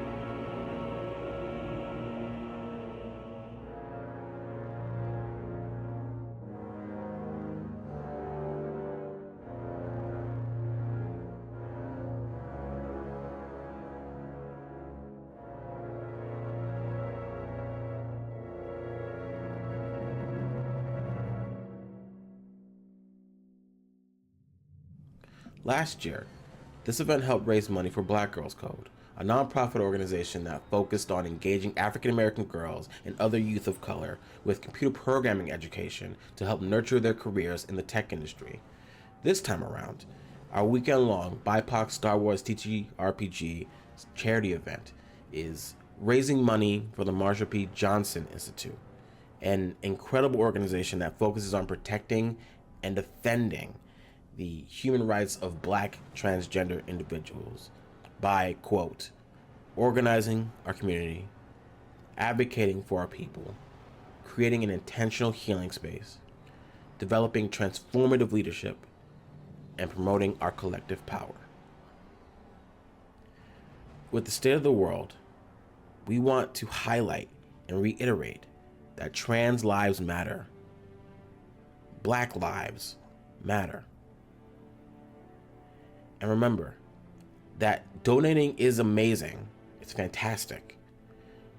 But only one step in making actual change.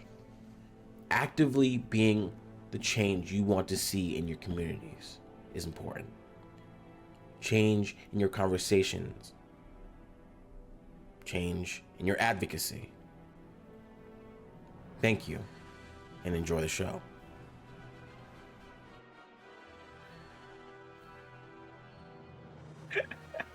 Hello, everybody! We are back with the second half of our Star Wars Alien RPG game, Shroud of the Dark Side, raising money for the Marsha P. Johnson Institute. Remember, we are only $145 away from our goal. We have so many cool, perks and incentives to donate. People could use some panic being removed, or maybe some helpful items. You could add a helpful or harmful NPC. You could even add another monster. There are so many options, and we may need a resurrection soon in just a moment. Right now, we are learning the fate of Sundara.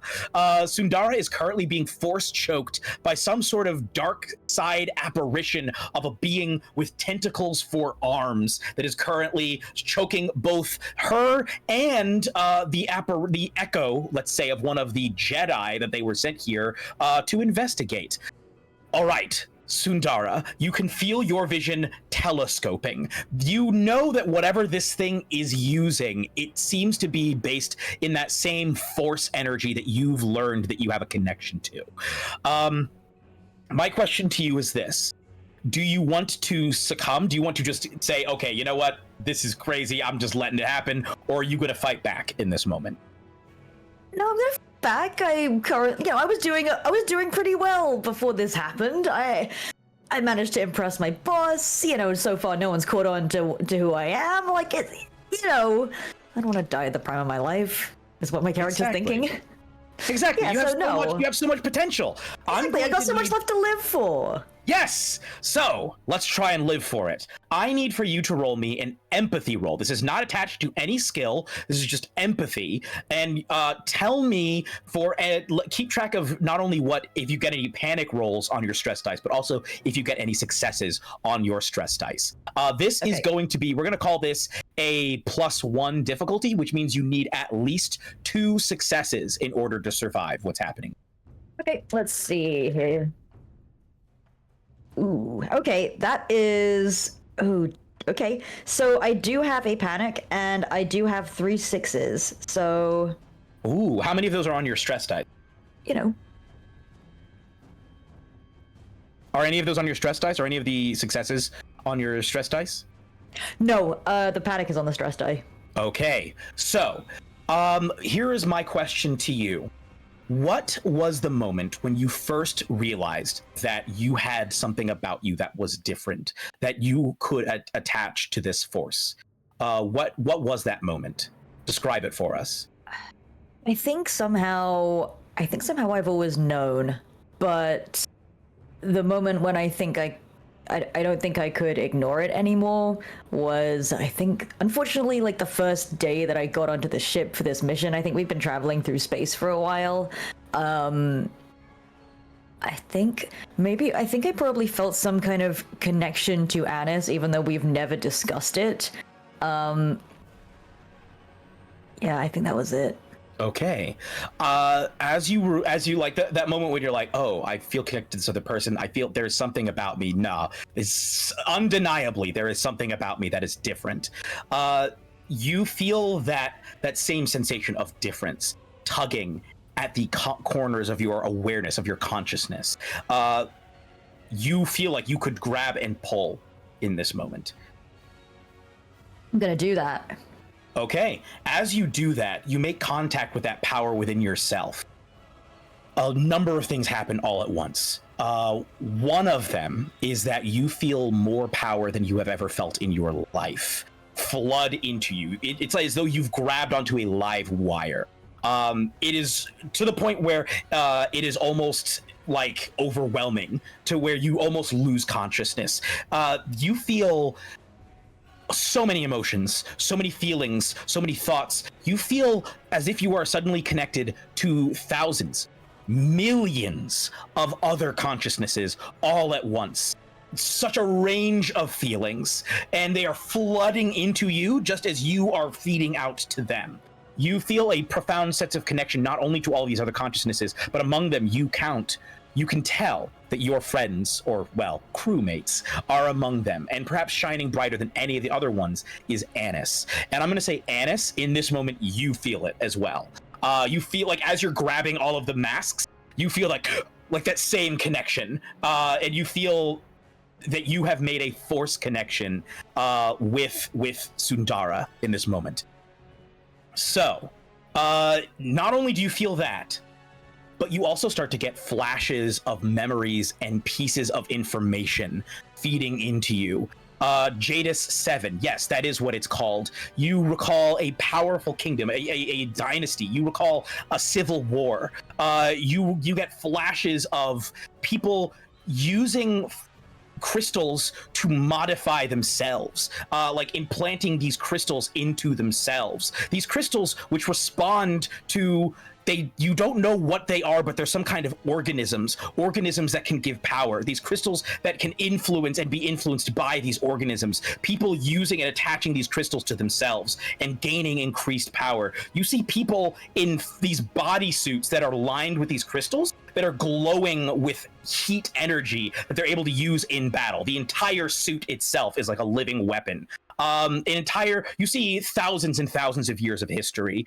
And you start to feel emotions, fear, anger, hate, and then you feel great suffering from throughout these consciousnesses.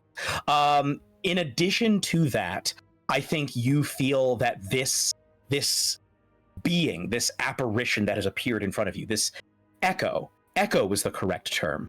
This is an echo. This echo is called Ravos. Ravos is one of these beings who has implanted themselves with, or I guess the echo of Ravos was one of those. Ravos used to be one of those beings who had implanted themselves with these crystals and had gained immense power. And Ravos is trying to stop the enemy army from invading their home. But Ravos is no more. This is merely an echo of Ravos. And yet you can tell Ravos is still there, still somewhere else on this planet. All of that is pushed away from you, and what you feel is the options. Ravos is filled with fear and anger and hate, and is using immense power to try and end your life and to crush the echo, you realize, of Jackson, who has appeared next to you. You, in this moment of connection, feel that you can stop that. And on top of all of that, you not only can you stop that from happening, you think that you might be able to take some of that power for yourself if you so chose. Ooh. Well, I think nearly dying has put a few things into perspective for me. I'm gonna try and take the power. Okay, you succeed. I'm not even gonna make you've already rolled. Describe for me what it looks like as you banish this echo of Ravos, this dark force user. I kind of push back on it mentally, and in a kind of, I don't think I think anything with words, but it's more of like a feeling. I can feel like the I guess the strength of its will, and I will counter it with my own. And as I can feel it, like, as I can feel it leaving, I'm just gonna be like, I'll kind of take a little bit on its way out, kind of thing. Okay. Here's my question. You are a scientist, so you are very learned about a number of scientific pursuits. Were you at all interested in Jedi prior to this? Do you think you would have studied the Jedi prior to this mission? Yes, I think that some of it was I wanted to find a way to kind of disprove that, like, the Force was like a legitimate thing. I was like, oh, maybe it's just some, the Jedi are just elaborate tricksters or magicians or something. And I think I would have looked at it from that, like, conspiracy theory angle. Then I think you recognize what these crystals are, because they are crystals that, for anyone who has done in depth in a study of the Jedi, are very much associated with Force users. They are called Kyber crystals, at least in the galaxy from which you hail. They are the crystals that were historically used to power the weapon known as a lightsaber, but they are known for being very attuned to midi-chlorians. These microorganisms that Jedi claim give them power to connect to the Force. That exist in all living organisms and are very heavily tied to these Kyber crystals, that they can interact with each other back and forth. So you realize all of that likely all of these crystals that you are seeing are Kyber crystals on this planet, that there is something that has gone horribly wrong, or perhaps horribly right, with the Kyber crystals on this planet, and they are blooming everywhere. You're not sure how it happened, you're not sure why it's happening, but you know that these are Kyber crystals, and this is all tied to Force energy. And that is what you realize just before you... I've just inhaled a bunch of these. Yes, you just have inhaled some of these let's say altered Kyber crystals into your system. And you can even feel, as you draw that dark Force energy, you feel as if like your throat and windpipe are glowing with that dark energy, as if it's almost like settling there inside of you. You can feel the energy. And as you are released from this and you are able to breathe again, it's a very painful breath. You're breathing through raggedy, injured organs, but you do notice that not only has Ravos disappeared, but also Jackson's echo seems to have dissipated as well. And you are alone. Okay. You sensed where your companions were, but you are now alone. Okay. What do you do? I have another question. Am I aware that people mine these crystals? You are aware. Valuable to people who are not Jedi. Yes, they are. Yes, you are aware of that. I think you're probably also aware that Hulzig seems to be very in gathering as many Kyber crystals as possible. I think in your time working for them, you've probably spent a lot of time analyzing Kyber crystals and are aware they seem to have quite a repository of them. Okay. Interesting. Well, I'm just gonna file that information away in the back of my mind, and I will continue to the ruins, because that was, when the boss shows up, I don't want to be seen not doing my job. So, yeah, okay. There is a bit in the back of my mind that I'm like, well, I'm gonna see how long this lasts, because I did just inhale a bunch of these crystals, and that cannot be a safe thing to do. And so if I die later, then okay. But for now, I'm gonna make the most of it. Yeah, absolutely. Okay. You head off into the ruins. The rest of you, I think the only one of you who really, really felt that was Annis. Annis, you became aware not only that Sundara had touched you through the Force, but you became aware of where she was. Like you don't know exactly where she is on the planet right now, but you know that where they were and roughly what was happening. You know that they were being attacked by powerful dark side energies, but it doesn't seem like they died. You think that they're still out there somewhere. Okay. I think that probably speeds Annis up in a kind of, there is worse out there than this creature that... Would I have sensed Dark Force energy from the crystal creature? I don't think you ever really came into contact with this. I think you've sensed that there's powerful Force energy here. I think you can tell that this place is filled with the Force, but I don't think you've been able to really get a read on exactly what kind. It's almost, I think this is one of those things that it's almost like Schrodinger's force. Until you actually make contact with the crystals and the power, you're not sure what form it's taking. You just know that I don't even know if you would have registered they were specifically Kyber crystals. I just think you realized that there was a lot of force energy involved with this. Yeah. Okay. So I think Anis kind of grabs the mask from the med bay, and dashes, but stuffs the others in one of her pockets and puts one on before they run out. So they're doing this all at a fast clip to basically just say, Sundara, they were over there. Yes. Seb just goes, correct. They are moving. We need to... There's a lot of force energy here, and it's not good. The dark side. Yes. Danger. He poses as a question. To us, quite possibly. Sundara... Yes? Maybe. We will go. Contracted to protect. All right, so you all head out there. Runs out. Yeah, so you run out. Jordan, are you coming with? Are you coming with the rest of the crew? Yeah. Oh, I will have am. handed out masks as I was saying that. Sorry. Mm-hmm. Yeah, Jordan's coming. I think there's a little bit of a hesitation and a bit more of a suspicion with just how well Sev and Anis are getting along, it seems. And it's just like kind of noting this like difference, especially since Anna seems more comfortable being like, okay, yes, there's force stuff happening. I'm aware of what's going on. Just like keeping an eye out, noting that to themselves. It's kind of a thing that it's not gonna change. Yeah, no.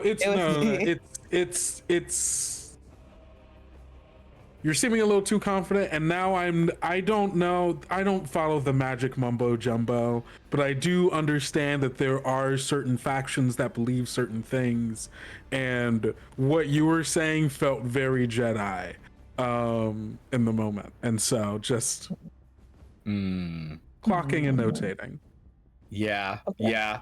So you all set out in the direction of where you last sensed Sundara, and of course, because of the motion tracker, you can tell that there are in fact. Oh, whoa! We hit our goal. You can tell where they're going. But before we get to that, we hit our goal. Yo! Oh man! Thank you so much. Whoa! We hit our goal. We're at how much? We're at 1,515. Yes, that is. Oh my goodness! Ooh, and we've gotten lots of fun things. Oh boy. Okay. Yeah, Beautiful. I like one of them. I love them. I love them all. So we're gonna need them. So you all are setting out in the direction of where you sense Sundara. Sundara, you are running through, like looking at these ruins, looking at what appears to be the ruins of a civilization. You recognize that yes, this must be the civilization that you sensed. And I will say you sense that the epicenter of what happened is in this city. And as you're like looking around with these beautiful, grandiose monoliths, there is one that stands above all the others. It looks like it's towards the center of this grand city. And you know that what you are looking for is located there. Whatever happened here, it is there. So as here's my question. Is that the direction in which you head? Yes, but I'm gonna slow down. I want to wait for the team to catch up. Okay, cool. This isn't necessarily something I want to go into by myself in case I get like choked by dark side energies again, you know? Yes, entirely fair. We'll say it takes a few minutes for the team. Yeah, go ahead. Sorry, Kendo. I was gonna ask. Oh, sorry, Daryl. Oh, sorry. I didn't. I think I thought it was Kendo who spoke. I didn't realize it was you. It might have been both of us at the same time. I was wondering where we landed. Was that the only clearing that the ship could get to? Is there any way we could have the droid that is piloting for us fly closer, and then we just have the door closed so spores cannot get in? That is Like, unfortunately with how tall and like monolithic this place is. That was really the best spot to land in the city. Gotcha. Flying around through the city is just not a great proposition. You could fly above it, but then it would be difficult to find a spot to land. Yeah. Okay. Just wanted to make sure. Basically, this is Seb's thinking of tactical retreat if needed. Yeah. Of just like, could I possibly get it closer just to make the trek back? Because that, like, he can carry one. He could probably carry Sundara without any check because Sundara is very small. Everybody else probably will require a check because I believe Anis is a slightly bigger.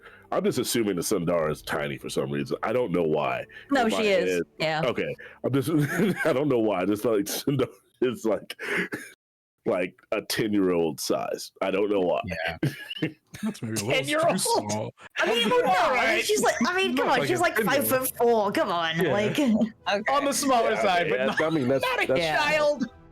an adult. Yeah. Maybe the size of a Rancor child. I don't know. Yeah. All right, so you all are able to, like, you pass by what you would all recognize as the remains of Jackson.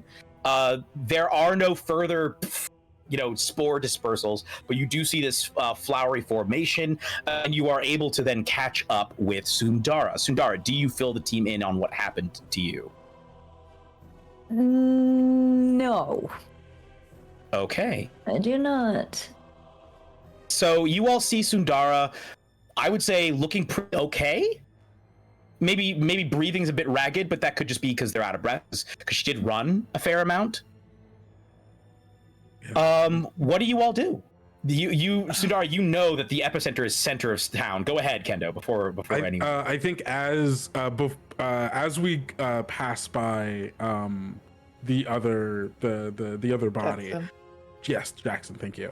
I make sure to take video evidence of us having found the body, and send that back to the ship just so that that's banked. We've gotten our proof, so on and so forth, as we find other bodies. But as we're here, Yeah. have you All found right. any? Yeah. Go ahead. Have you found any of the others? No. You should take There's only- this. Oh, thank you. You got me one. Okay, great. Thank you. Yeah, I'll put it on. We'll say that all of the masks weave the classic Like Darth Darth Vader Vader sound. breathing. Yeah. Yeah, Okay. love it. So we have. Okay, so it's like a Michelle's voice. respirator. Like, Yeah. Seb's is on. There's just no noise because he's just kind of you just hear the whirring of him turning. yeah, because you don't breathe, right? Like, Oh yeah, so you probably wouldn't need one. His mask is the droids Yes, you do, were right. corrupted by That's the true. spores. You know what? so- Fair enough. Fair enough. Yeah. No, yeah. All Just right. Like he's not. He's still a droid. He's just like, no, that's a tactical advantage. That's less Yeah. space open. I'm putting Yeah. it on. Although he will approach Sundara, and he kind of just circles around. I You are shift not hurt. uneasily. Nope. Not at all. Have you received distress to your throat area? I ran very fast. I'm gonna say roll empathy manipulation with this. Who, me? Yeah. Yeah, as you're trying to deceive. I'm the trying rest to of the- lie. I just, yeah. It's gonna be empathy manipulation. Obviously, it's just Okay. empathy for you because you don't have points in manipulation. I have but you nope. still have I'm not great at it. Okay. Yeah. But I still roll on my stress dice, so Yes, and you have a +1 to this from our big donor. Everybody has a yeah. +1 Thank you. on their next roll. Love that. Well, I really did need it because that is 2 1s and a 5. So yeah, I'll take the success from the I'll take the +1 from that to get 1 success. But otherwise, I got 2 1s. That wasn't Okay, a great roll for me. So yeah, it was not. I'm going to need then 2 d20 rolls from you. Okay. 17 and a 12. Okay, so 17. As you are standing here, here's my question: has Sundara ever wished to change anything about themselves, like physically?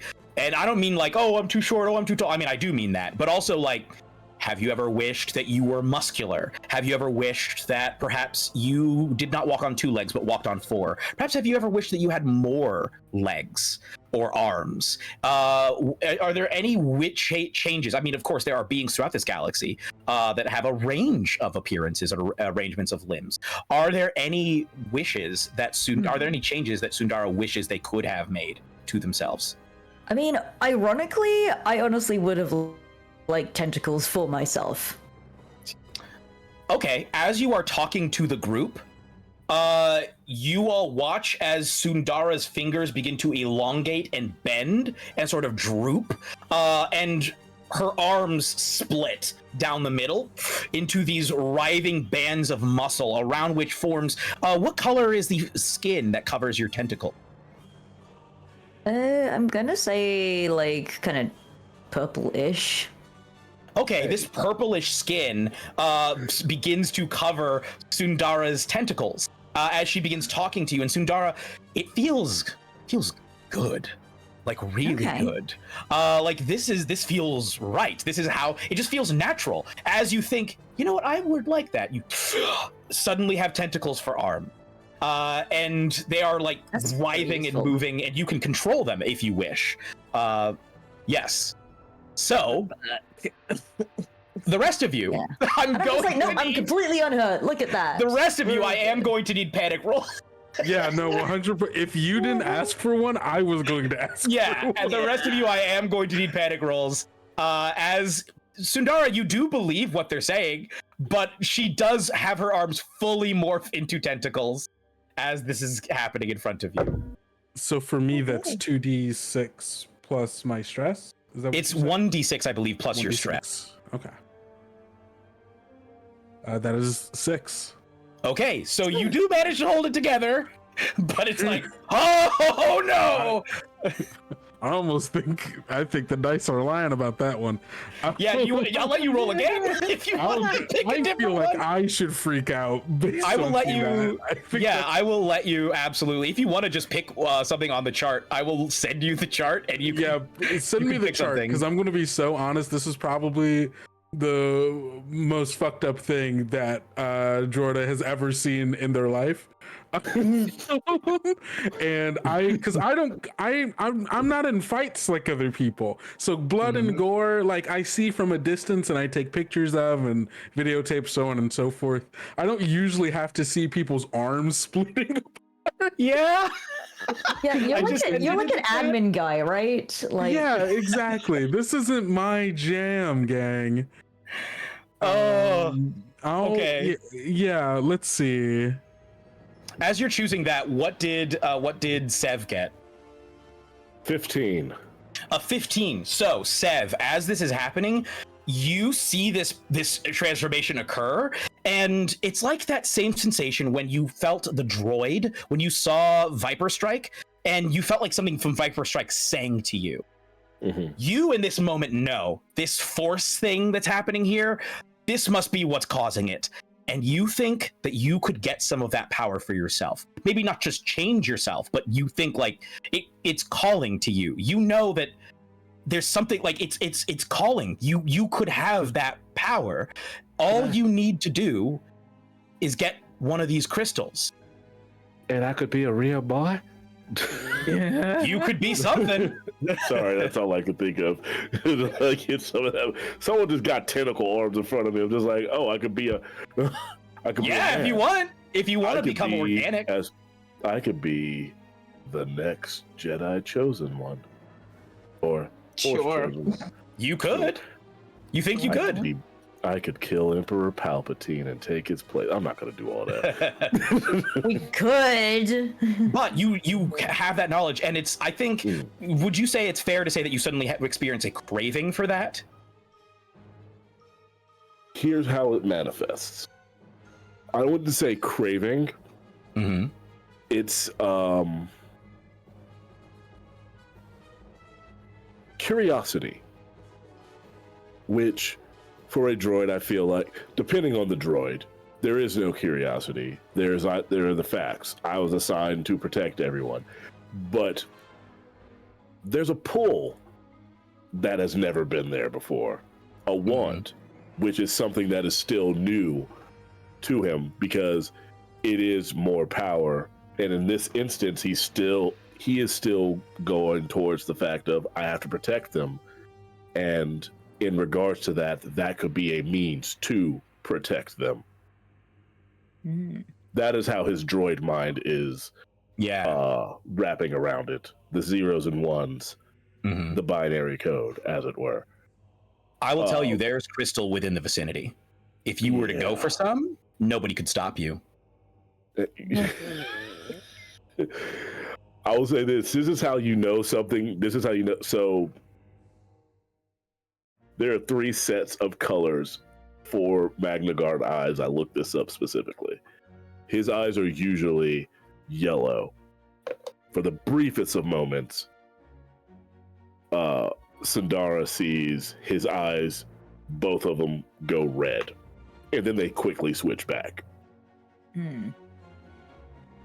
I scuttle back a little bit with my tentacle limbs, I'm imagining that my arms are the thing that's holding me up in a kind of Dr. Octopus style, like my feet are not on the planet ground right now. I'm just like this because I'm just like, oh, this is cool. I kind of wanted this. Yeah. Gross. Yeah. What this robotic noise just gross. Do you stay put, Sev, or do you go for it? I'm gonna roll. Roll. High, I go for it. Yep. Low, I don't. Okay. Oh no. Oh no. I don't go for it. I rolled a 2. Okay. Okay. All right. You don't go for it, but you still know you could. Yes. You could. I could, and that is a new thing. That's a fascinating thing that I can also focus on. Annis, what did you get? I got an 8. Okay, so you managed to kind of hold it together, but I think you recognize, oh, this is some dark side force. This is some forced shenanigans. Maybe not even dark side. This is just forced shenanigans. You've never seen the force manifest like this, but it is like as if the will of the living force is becoming the will of the living person in this moment. This ain't good. It isn't good. Look at me, and I'm just like kind of. Yeah. Jordan, what did you settle on? I think Jordan stands there, watches this happen, and just kind of, is just screaming on top of their lungs, but are just also kind of frozen in the spot. So it's just. It's just over and over again. As you are, it's modulated, so it's like. Yeah, it's gaining your scream. So all we're seeing, it's like you're going. But yeah, as you're screaming, these shrieks that are emerging from Jorda's throat as they stand there, they're like resonating in the crystals around you. So you're hearing those shrieks as if they're like the crystals are singing along with them, but they're not singing in like a normal crystalline sound. It sounds like the screams of other people echoing back, like other people that none of their voices you have ever heard. As you are screaming, you could hear them now echoing further and further, as if it's traveling through this network of crystals throughout the city, like passing from crystal to crystal. It's like the city itself is resonating with your terror, with your fear. Yes. Love that. I'm like, I want to slap Jordan. It's like, keep it together. Like, shut up. This is bad. What the fuck is that? And slowly starts to reach for my pistol. So bad, but Boss, we don't want the rest of it to wake up. What the fuck are you? The company's greatest asset.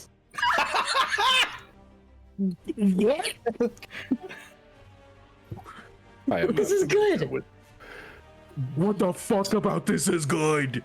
Because the company's greatest asset. Look, we can go to the ruins. All Sev goes, I am not aware of what type of creature may create appendages of such. Are you not humanoid? I'm not humanoid. It doesn't really matter. 1G77, register this as a danger. Just Who Look, is 1G77? I am IG177. IG177, whatever the fuck you are. This is a danger.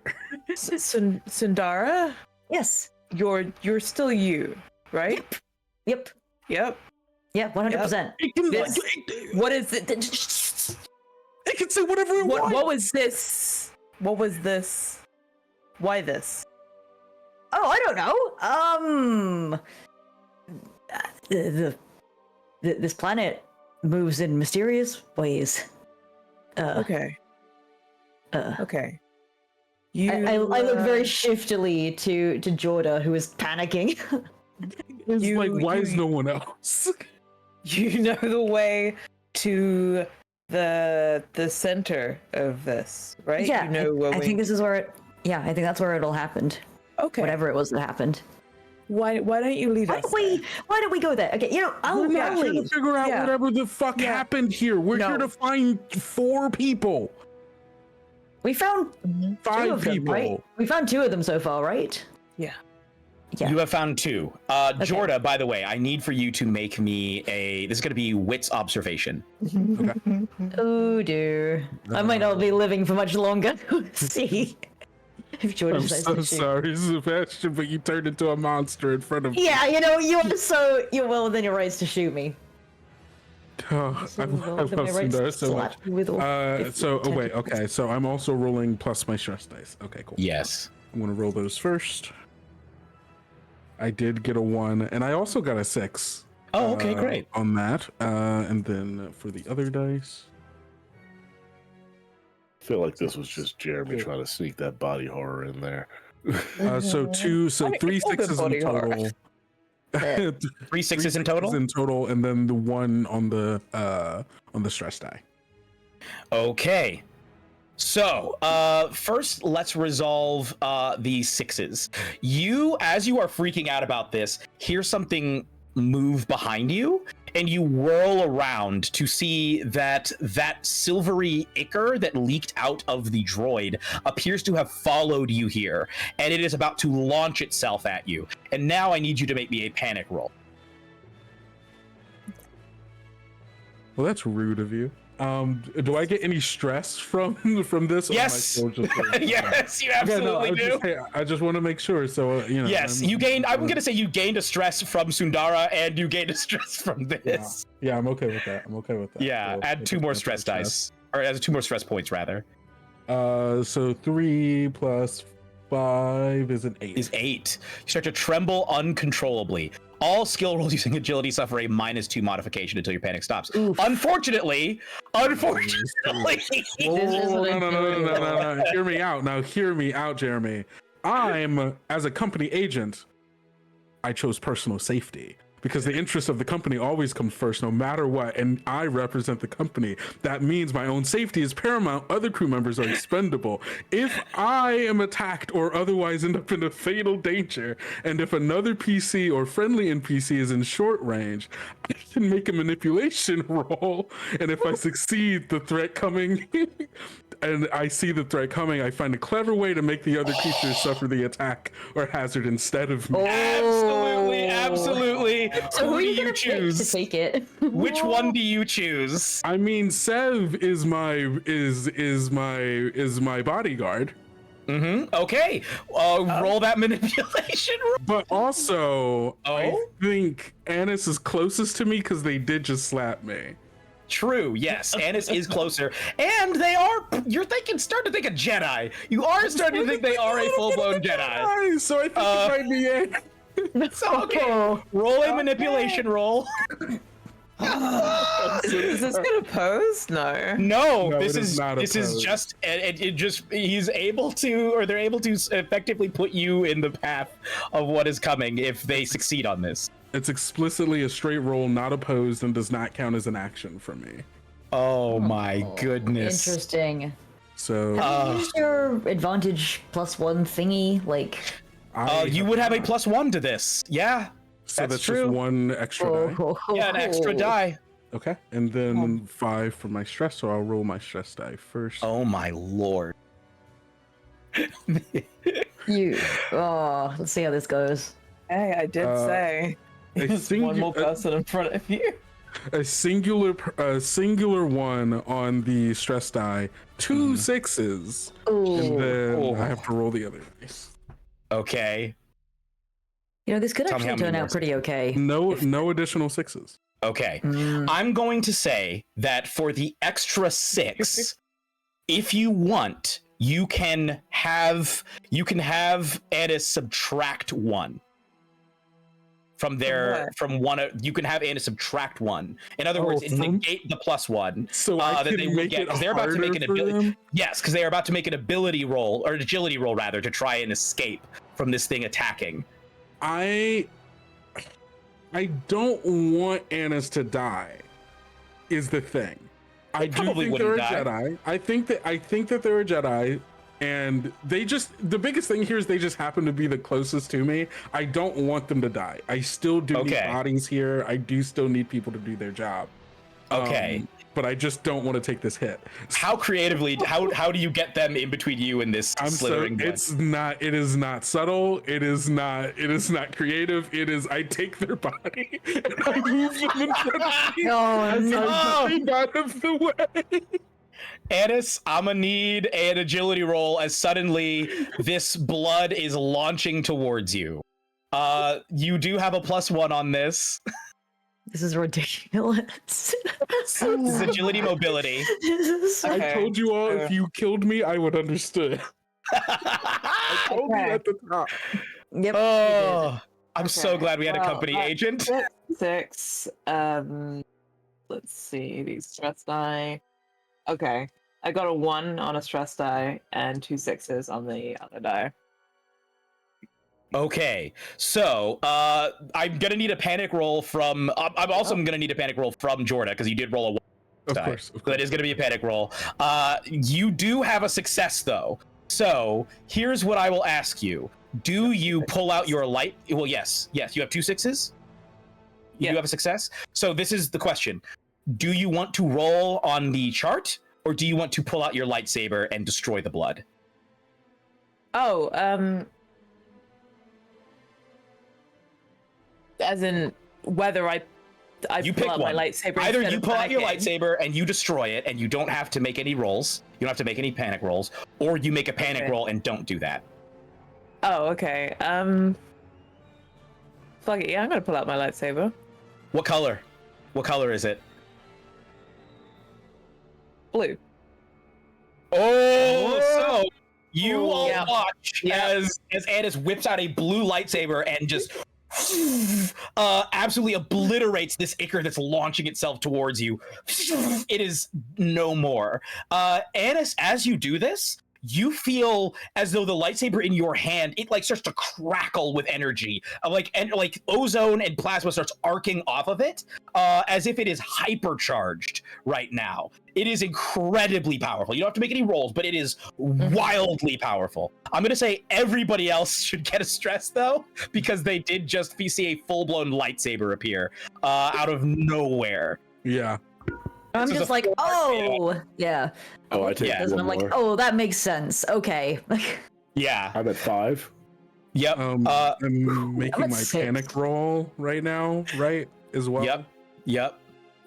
6 stress right now. That's 8. Wait, no. 1, 2, 3, 4, 5, 6, 7, 8. Yes, okay.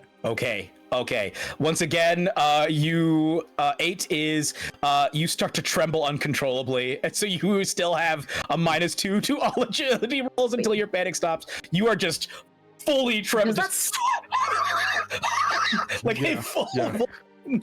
Does that stack, or is it just an ongoing thing? It's just good. I'm just gonna say it keeps going. Okay. You just take for a long time. Connected. It's scary out here.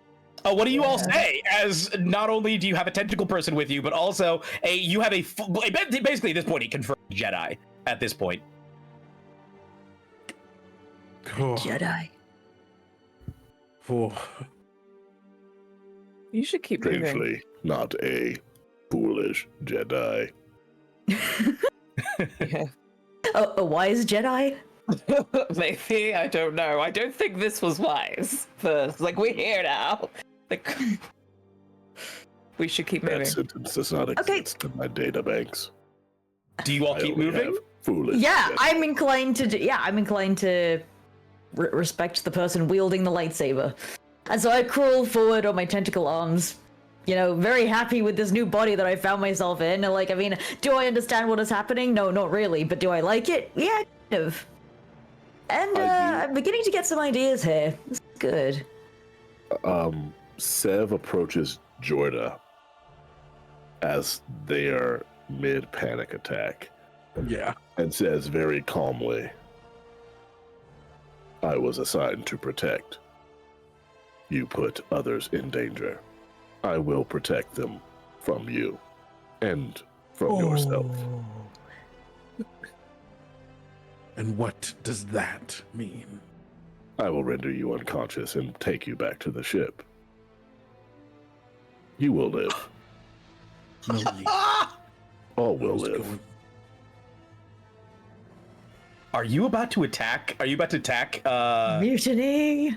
I'm not gonna stand in your I'm way. telling him. This is him telling him what's going to happen if he feels he's putting others in danger again. He's just simply going to render him unconscious and take him back to the ship. Mhm. I will protect you all, even from yourselves. Do not act like a foolish Jedi. What does Jorda say to that?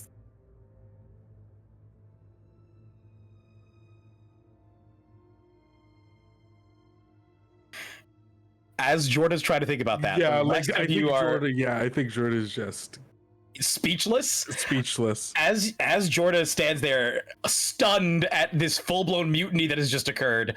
Yeah, you all are able to make your way further into the city.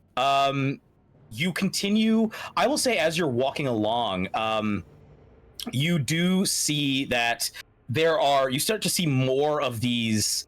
Start to see people standing, like individuals just standing there, motionless. They do not look like people that you recognize. They look more like Ravos, except not all of them have tentacles. They have a range of changes. They look like they were starting from a vaguely humanoid form, but all of them have undergone mutations. And I think instinctively, Sundara, you recognize that these are mutations similar to the ones that you underwent, which were intentional. They wanted to look this way. They wanted to look the way that they felt was most appropriate to look. And I think also, Annis, you also recognize this. This is not dark side energy. This is just, as far as you can tell, this is like a neutral use of the Force. This appears to be people who have access to Force power, just allowing it to enabling it or using it to empower themselves to alter their reality to suit themselves, to alter their physical reality to suit their preferences. But you can see these people just standing motionless as you're approaching the center. Do you interact with them at all, or do you just keep going? Do we sense anything from that? Like, that does it same seem you sense like they're powerful alive? Force. You sense powerful Force energy coming off of them. They don't feel dead, but nothing here feels dead. Everything here feels alive. So it's difficult to tell, like, are these living? It feels like everything here is alive on. Okay. I guess I would try and connect with that. Mm-hmm. If I thought it wouldn't, like, if I thought it wouldn't block out everything else, so I wouldn't be able to pay attention to my surroundings, I would try and connect with them. Yeah, you see one of yeah, you see one of them. Are you connecting through the Force, or are you trying to speak? I think I'll speak. That seems less dangerous. Okay. Less dangerous. So you walk over. This is sort of a high cheekboned individual. You can see that they've grown like a long mane going down their back, and have their fingers appear to have like more than 3 joints, just many, many, many joints, and that are sort of curled up, like against their forearms, and they are standing there motionless, and they have sort of they have what looks like they look transfixed, as if they look like they're staring towards the great spire, the great building that you all were heading to. As you speak to them, they do not respond. Okay. Do you do anything else? Probably I'll turn to Sev, IG 777, and we'll say, watch our backs. I'm going to try something, and then I'll try and connect to them using the Force. Okay. Except it will respond. Do not place yourself in danger. I will render you unconscious and take you back to the ship. That's fine. Though I think you'll probably need me awake. I will contemplate this. Go ahead and connect.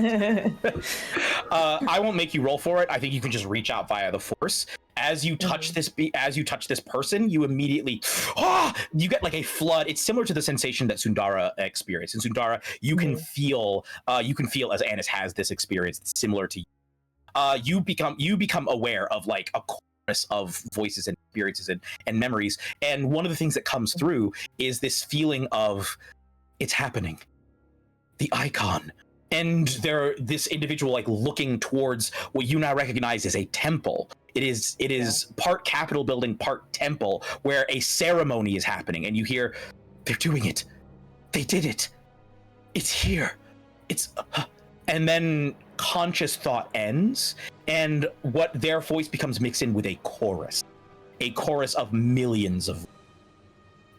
You also in this moment sense, I will say through this connection, that what is inside of this person, underneath their skin, is not flesh. It is crystal.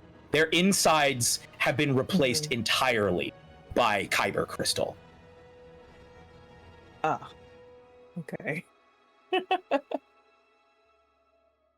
I will disconnect. Like, I think, like, experiencing that chorus, that noise, I think kind of like is ridiculously loud and everything else, and it causes them to stumble away and disconnect from the thing. It's like they're all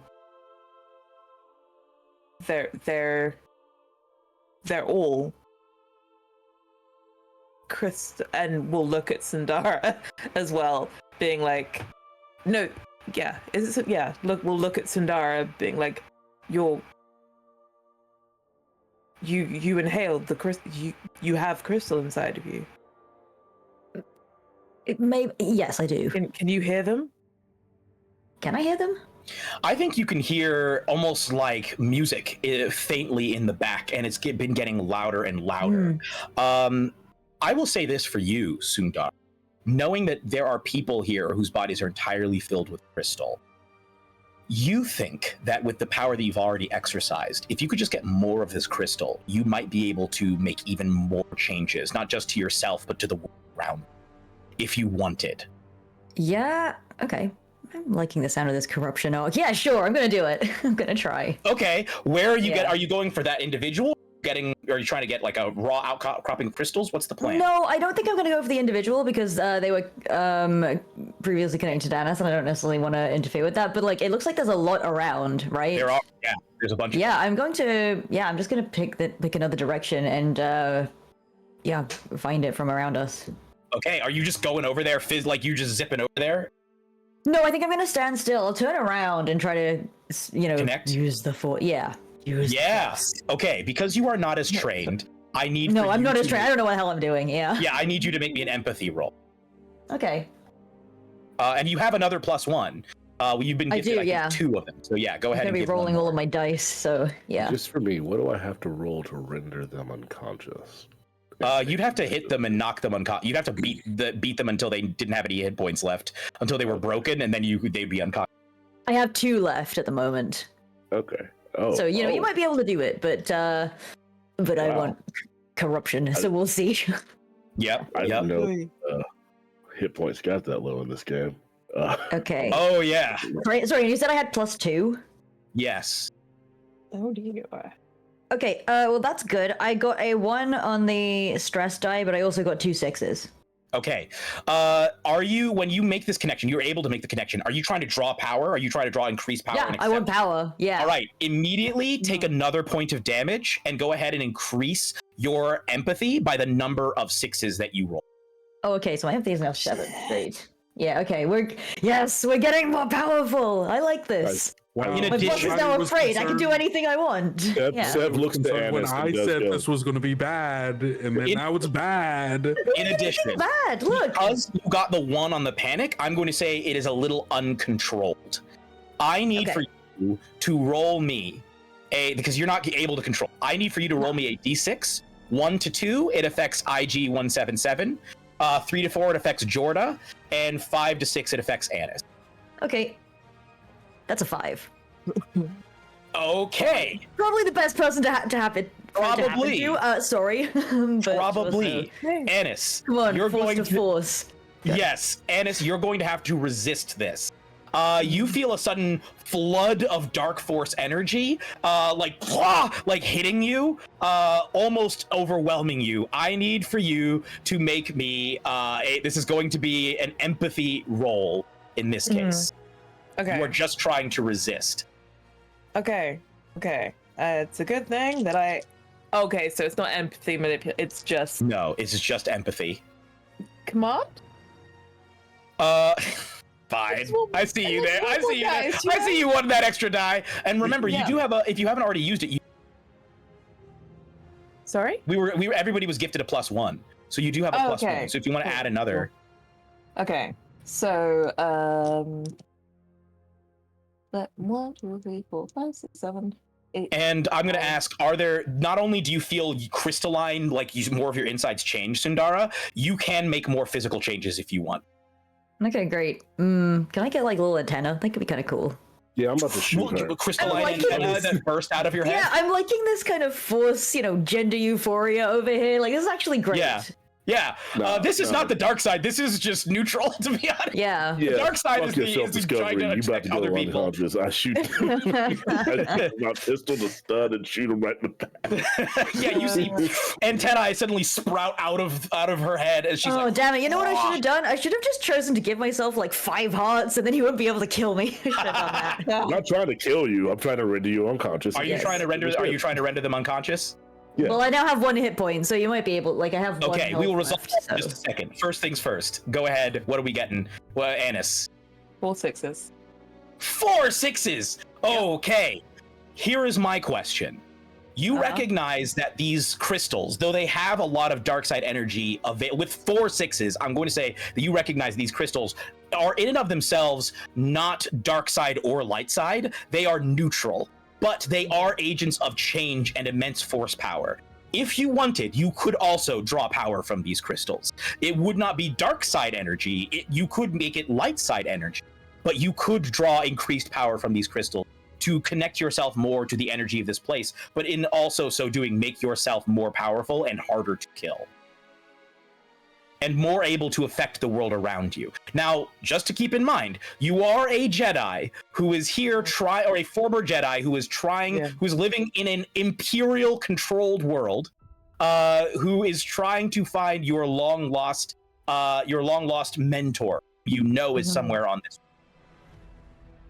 Do I think that, like, with all this shit, do I think that taking in this energy would help me to find them on this planet? Do I 100%. 100%. That is the quickest way to do it. I feel like there should be a, like, is this smart? Like, These are desperate times. These are desperate times, and this is a split-second decision. Yeah. Your scientist thinks it's smart if it's worth anything. Yeah.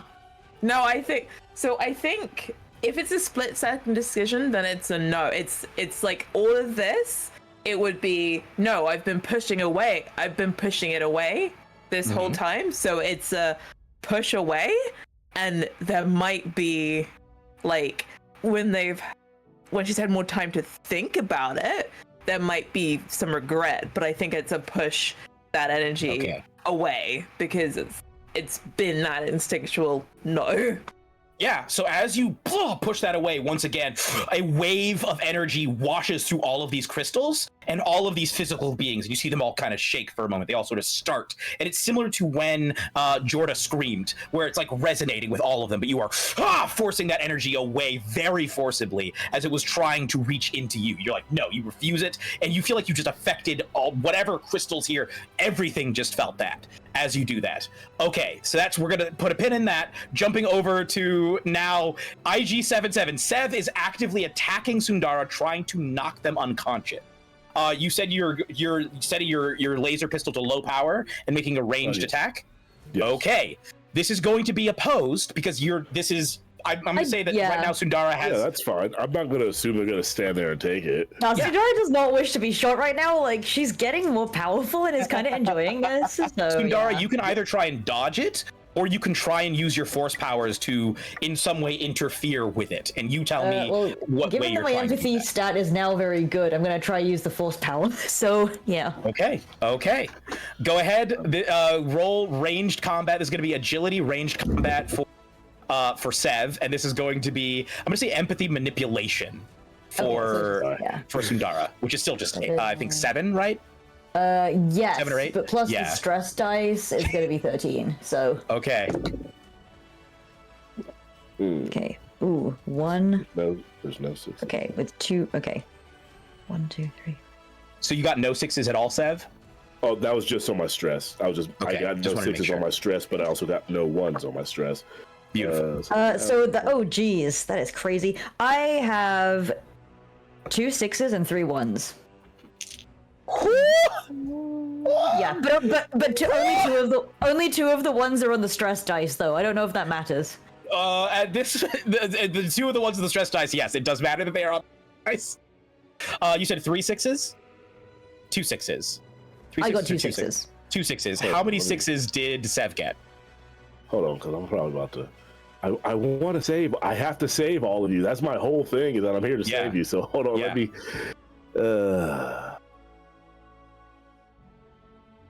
We have 11 advantages. We've spent a bunch of them already, but you do have a +1. I spent both of mine, so. Yeah, you do have a +1 on this. If you need to roll another 6.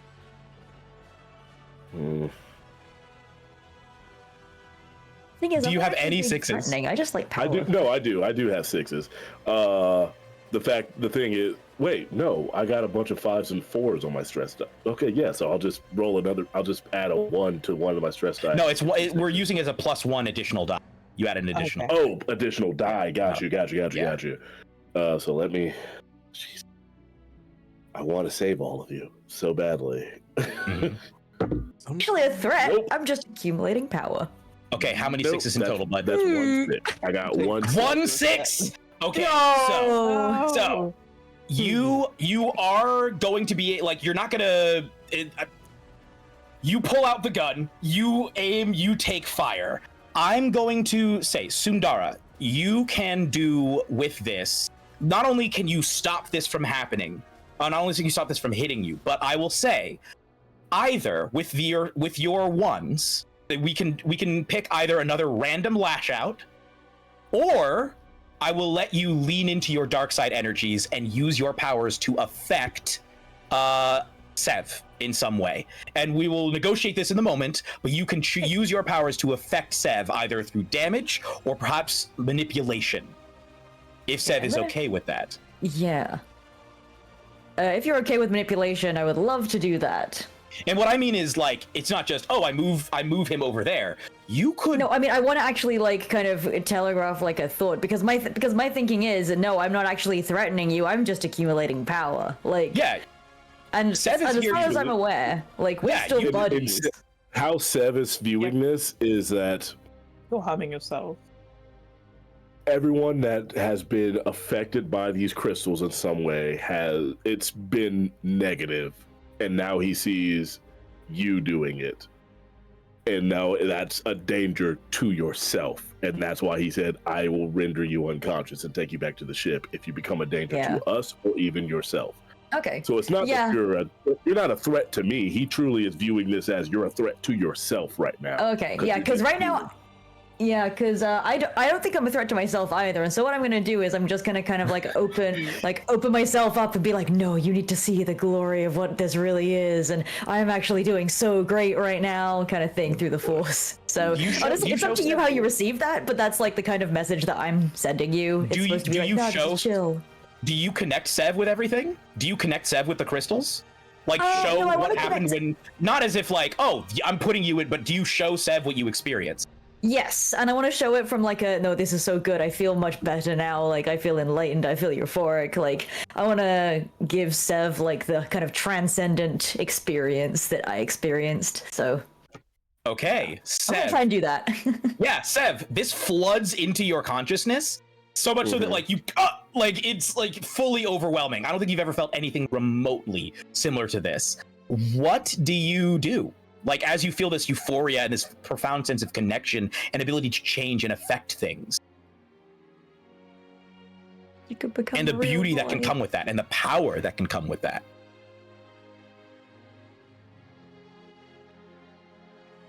If he hadn't been reprogrammed the second time, this would probably be a negative thing. Oddly enough, he became more in tune to fleshy things in his mind. He became more in tune with fleshy things, as not seeing them as lesser after the second one, because he worked with raiders and such. The raiders were purely bad. The bounty hunters, they're not always terrible. They have a code. The bounty hunter side is what is affecting his mind right now. And it comes in as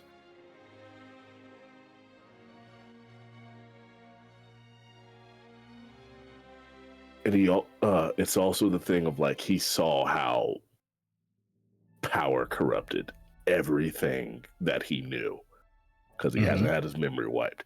He saw the fall of General Grievous. He saw how Count Dooku was betrayed by those he deemed his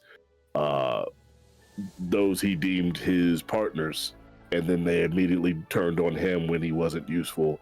And he's seen the folly of those who have gone down this path and using the Force to manipulate things to be the way they want them to be instead of the way they should be.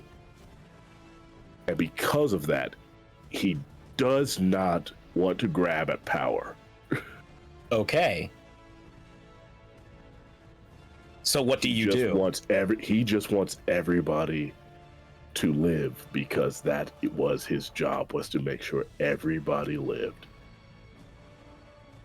What I will tell you then is that you recognize that that from Sundara's perspective, she's never been more alive. They are living more than they've ever lived. And you realize that they are likely to want to try and bring this experience, or at least offer this experience to everyone else as part of the crew. And if it comes down, like, you're not sure if you can trust them to be around the crew. That doesn't mean that you attack them necessarily. I'm not trying to tell you to attack them, but this may be a situation where you need to get away from them. You may need to grab someone or try and get people away from them. What you all hear is mission parameters changed. Samara is no longer a danger, but we must evacuate the planet. They are safe, so they believe. Are you gonna try and make me also evacuate the planet? No. Okay. He said you're safe. So this is him saying, I'm going to leave you because technically he's doing his job.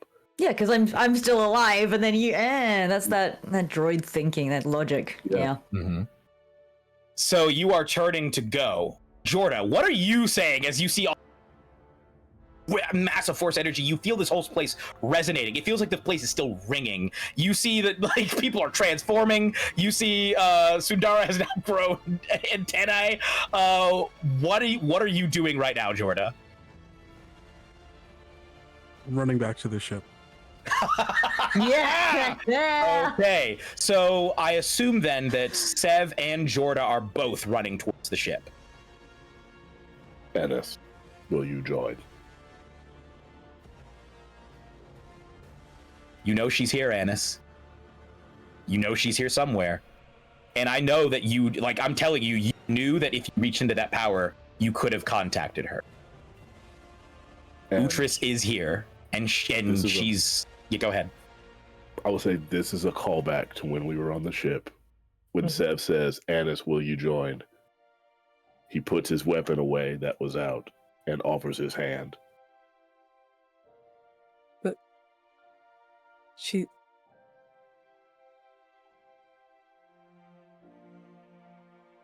Will you live? Or will you be a foolish Jedi?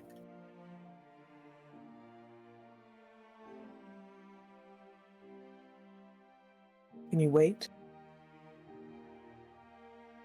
Can you wait on the ship? Just for a little longer. We still have a mission. I have to find her.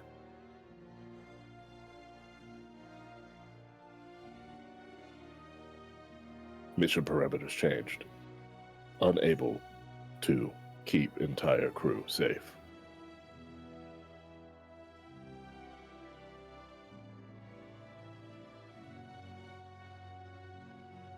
And he turns. He looks back at you one last time.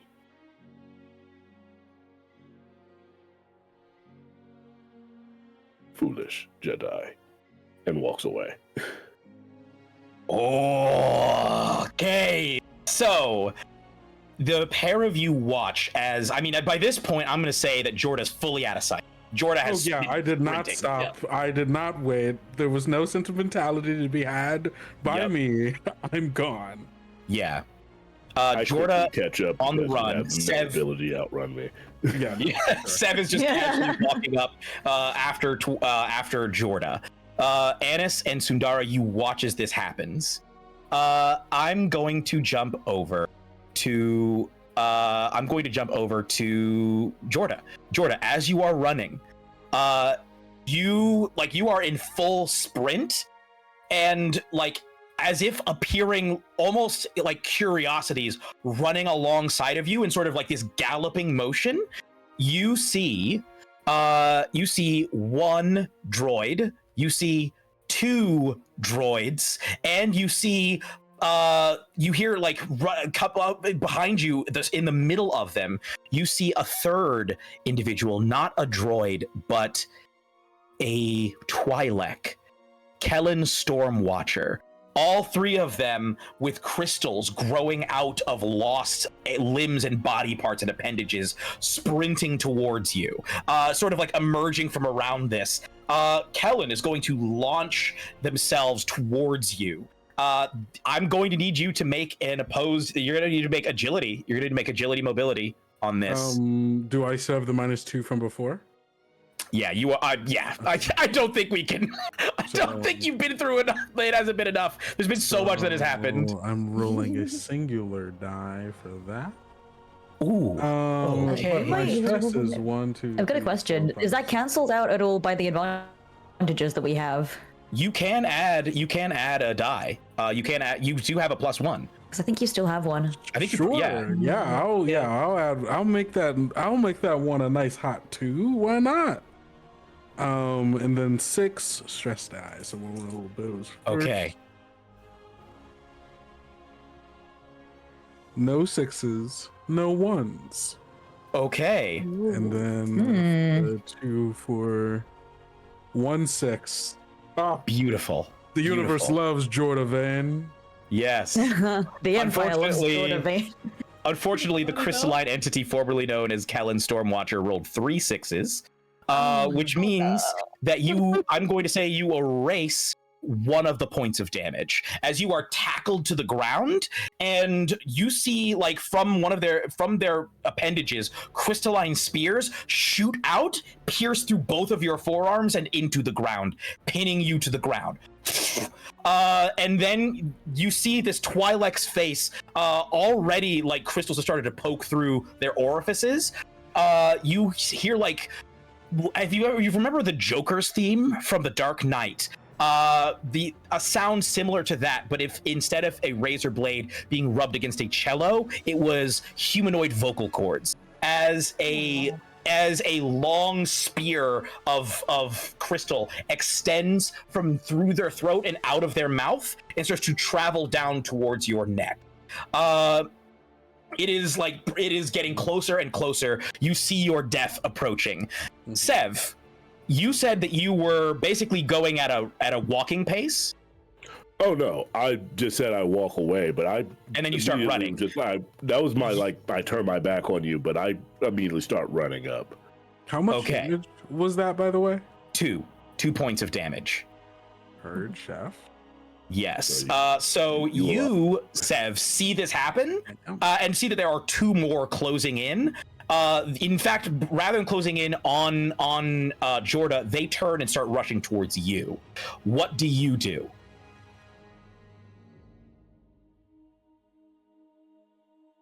The mission parameters have changed several times.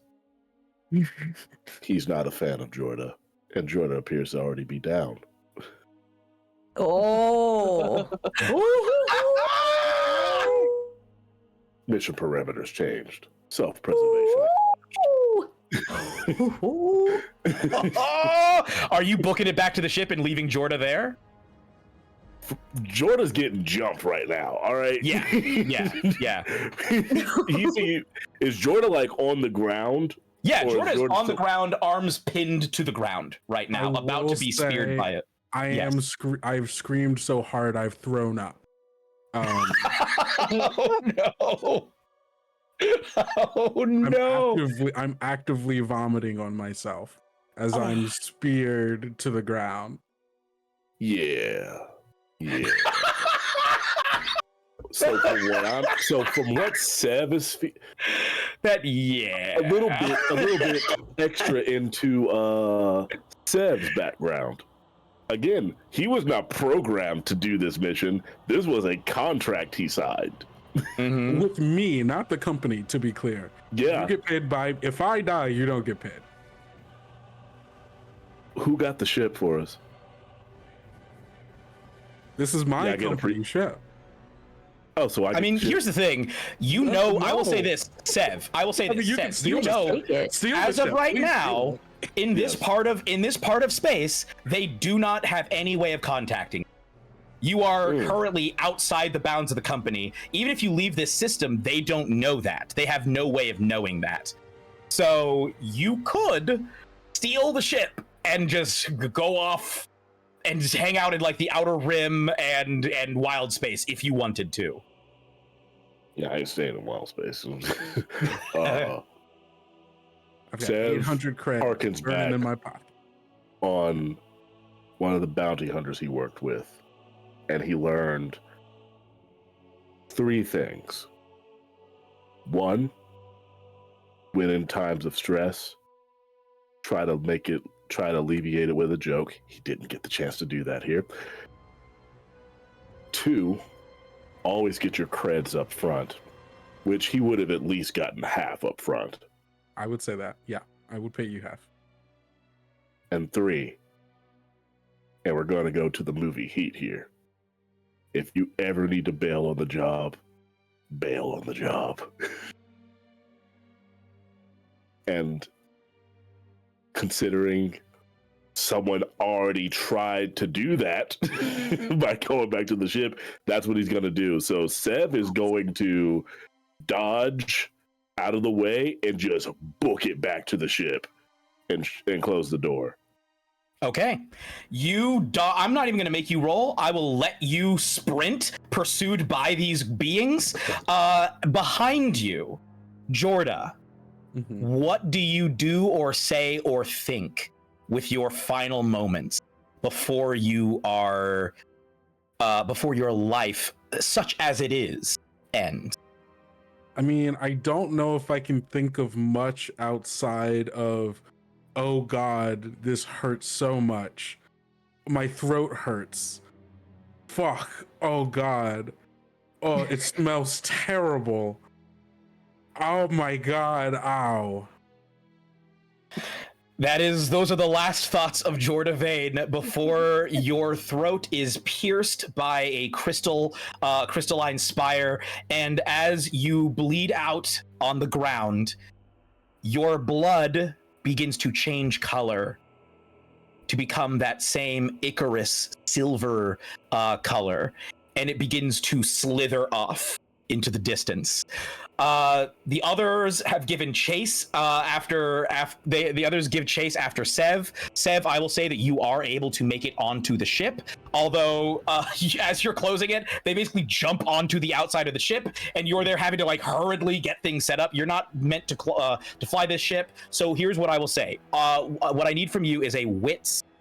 This is going to be Is the droid not flying it anymore? It is, but you're not. The droid is not programmed to listen to you specifically. It is like supposed to listen to Jorda, but Jorda is not here. So what we're gonna call this actually is, we're gonna call this just wits, because there is I guess we'll call it Comtech, wits Comtech. That's 7 die for me. Yeah, go ahead. And we're gonna right after this. We're gonna jump back over to Sundara and Anis. And I'll do my stress first. Okay.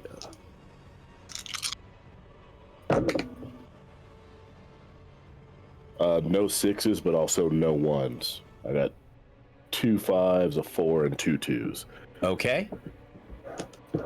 Did you get it? Let's roll the wits dice. Yeah. Wits. So that's 6 plus 1, so 7. Okay. That is 1 6. Okay, so you are able to get it operational, but like they are slamming on the outside of this thing. You could hear them trying to like work their way in. It takes you a couple of minutes. It's not like suddenly like, oh, and we take off. It's a couple of minutes of trying to work on this thing. But you are able to lift the ship into orbit and start to take off.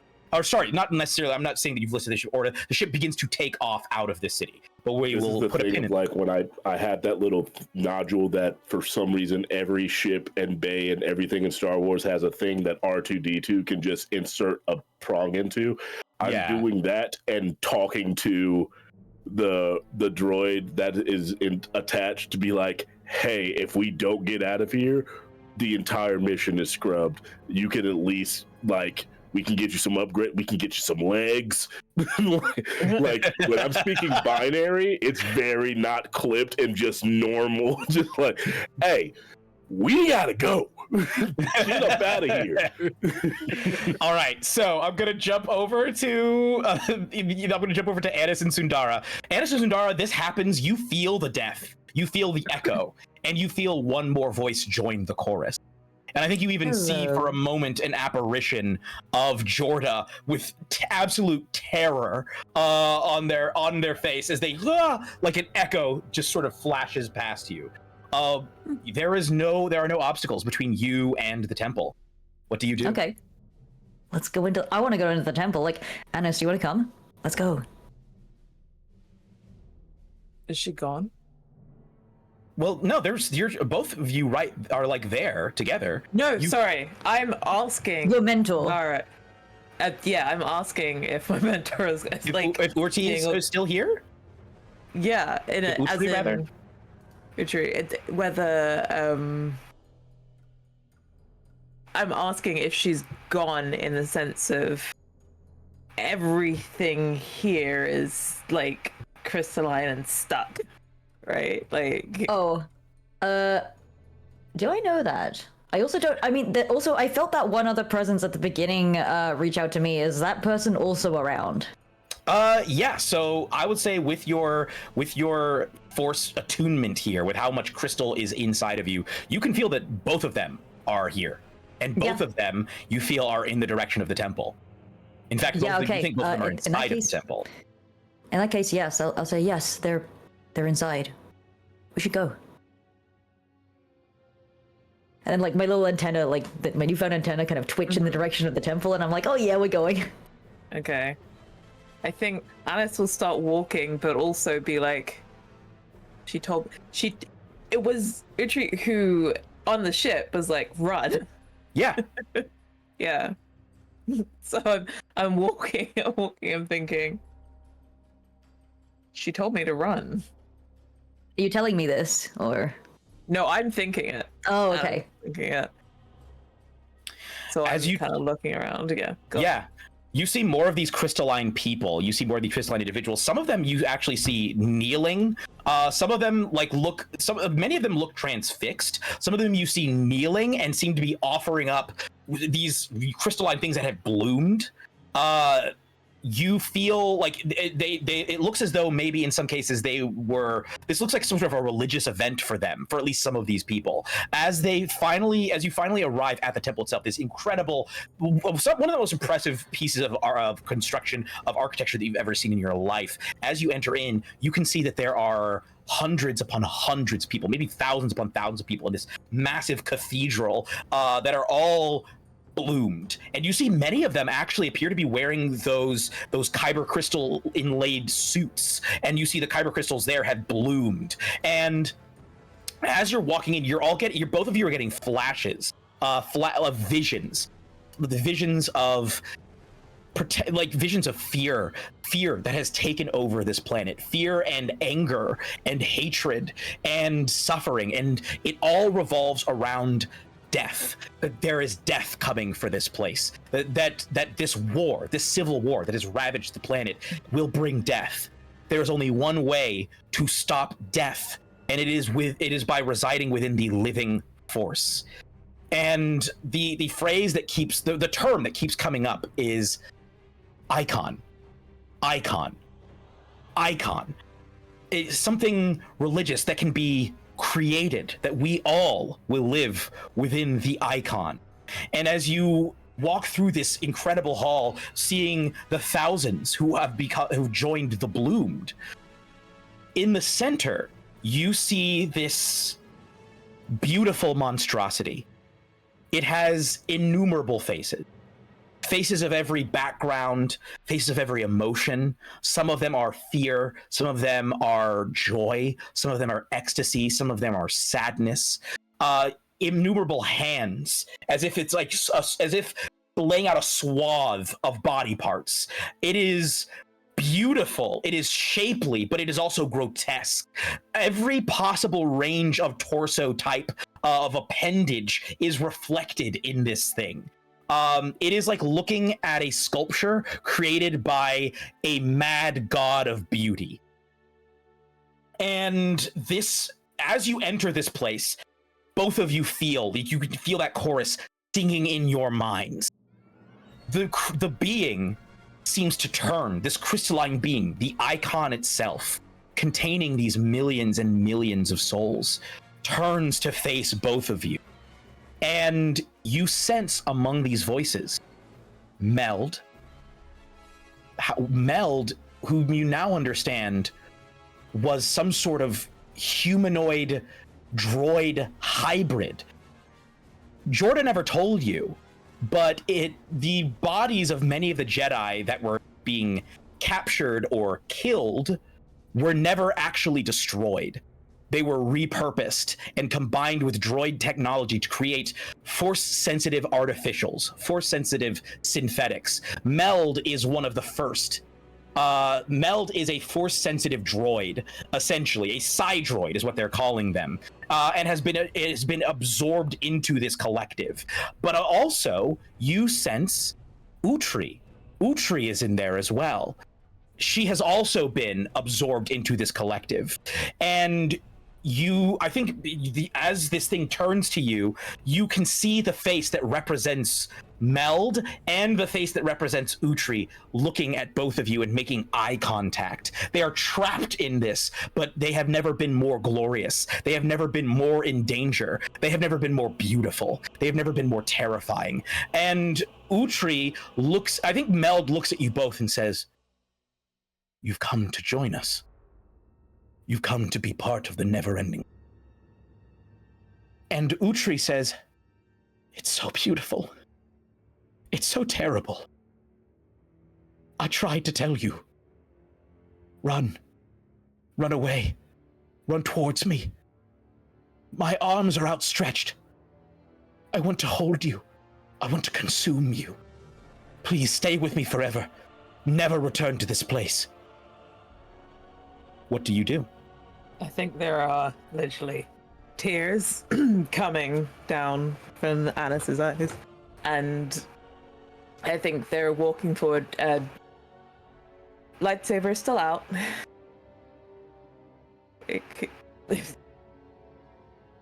And I think they're gonna. I will say, as your lightsaber is like, there is so much plasma leaking out of it with how supercharged the kyber crystal is. It is like going over your body so that you appear to be a luminous being of pure blue plasma standing here in front of this entity.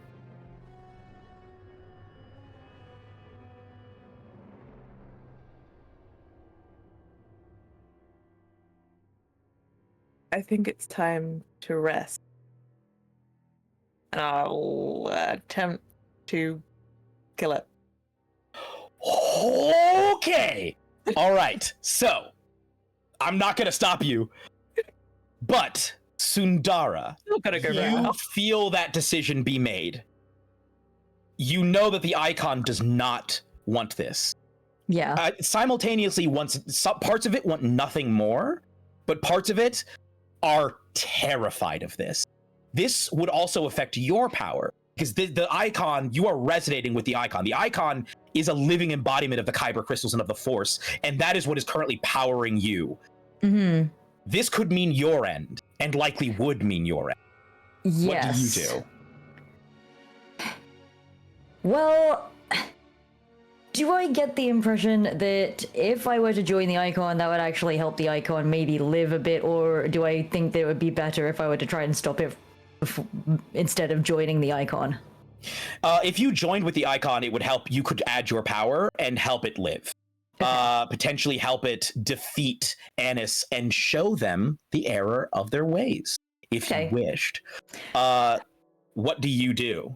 I think I'm gonna try and join it before you, because, you know, seeing you with the lightsaber up, I'm like, oh no, I'm gonna like run towards the icon and like kind of put my hand on, like, you know, I'll reach out to Meld and be like, no, yeah, I wanna join you, because I honestly, like, Sundara's never actually felt like a part of anything before, and so like this icon is like, actually, yeah, we want you, we can give you all of this power, all of this belonging, and I'm like, yeah, sounds good. Honestly, I think that would be nice. Okay. And then Anis is like, I'm gonna kill you. I'm like, wait, before you do that, I wanna, yeah. You wanna be part of something? Yeah, I wanna be part of something before, yeah, exactly. And I'm just like, nah, like, and so I've got it in my brain throughout this whole adventure that, like, actually, yeah, I can, maybe. So far I failed to show everybody that actually this could be glorious, but maybe, you know, you being a Force-sensitive person, maybe there's a better, maybe you're, you know, more enlightened than everybody. So I'm gonna try and join the thing first. What does it look like as Sundara blooms? I think that, so if I reach out to Meld, and then like I think the crystals that have been like inside of my body, they kind of come out at all kind of angles. They in all kinds of different balls of light. Like, so basically I just become this big kind of spiky ball of light. Yeah. And I think I want to kind of, you know, because like I have all these like all these extra limbs, all of these like antenna, tentacles, whatever, like sort of like a reflection of the icon. It's like a mini icon in miniature almost. And yeah, I think so. Yeah, and your voice joins the chorus. Yeah. You feel more connected with everything that you ever had. And in fact, also inside of here is Jorda. Jorda, you have been absorbed into this. Do you want to contribute in trying to stop your final destruction, or do you want to accept your final destruction? I want. So contribute or accept. Basically, What do mean you by can try and support either Annis. You can either roll to help Annis, or you can roll to help Icon. Help the Icon.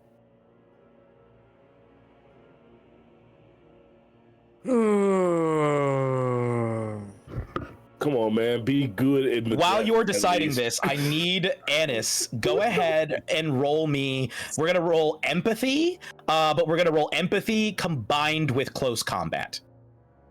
So instead of, it's gonna be your empathy, and then if you have any points in close combat, also add that. You know what? Let's call it empathy manipulation in this case. We'll call it empathy manipulation. We will call it close combat. We'll call it empathy manipulation. Gonna use my advantage. Yes, That's this the is the point. time. This is the end. This is where it all ends. Hey, if anyone wants to throw anything else my way, you know, add to the donation pool. Sundara, yes. If anybody wants to donate right now, you can add more points. I mean, pick a to be side. fair, you could pick a side. for, Which side yes. are we going with? Who are Yes. you helping? Sundara, you can also Ultimately, roll. You're gonna roll helps empathy. so much. You're gonna roll empathy as well. But this Okay. is basically any successes that you get will be added to the total. Okay. What's the plan? I'm going to help the Icon. Okay. Help me, people. Yes. Piece of shit to the end. Oh, I'm not talking to you. I'm talking to the audience. Help me, audience. Help me. Look, Okay. if it's if it's still Jorda's mind in which I'm inhabiting inside of the chorus of all of these things, Yeah. and forcibly added to, why would I fight against that? Yeah. Absolutely. Go ahead and roll. This is gonna be empathy for you. Okay. Roll empathy. Let's see. My empathy. Yes, your empathy. Holy Plus- shit. Okay. I mean, we still have the 5 chat just a little advantages bit more left. time. Don't add your stress. Do not add your stress on this. This is just Okay. empathy Just empathy. I will, for both we you still and have for 5 both you advantages and for Sundara. left is all I'm saying. Okay, this time, okay. I'll Yeah, so take you one of said- those okay. advantages. Why not? Yeah, okay, honestly, yeah, this time I've used all of mine, but I got 3 6s and 2 1s. So, Okay, the ones do not matter in this context. This okay. is you're no longer panicking. Do not worry about that. So that's 3 6s. What did Jorda get? 1 6. So that is 3 6s from Sundara, 1 6 from Jorda. I rolled 20 d6s for the Icon, and Oh my it only God. got 3. really? Okay. It only okay. got 3. I So will I have- allow you. Yes, they because the remaining ones are not, because the remaining advantages have not yet been assigned.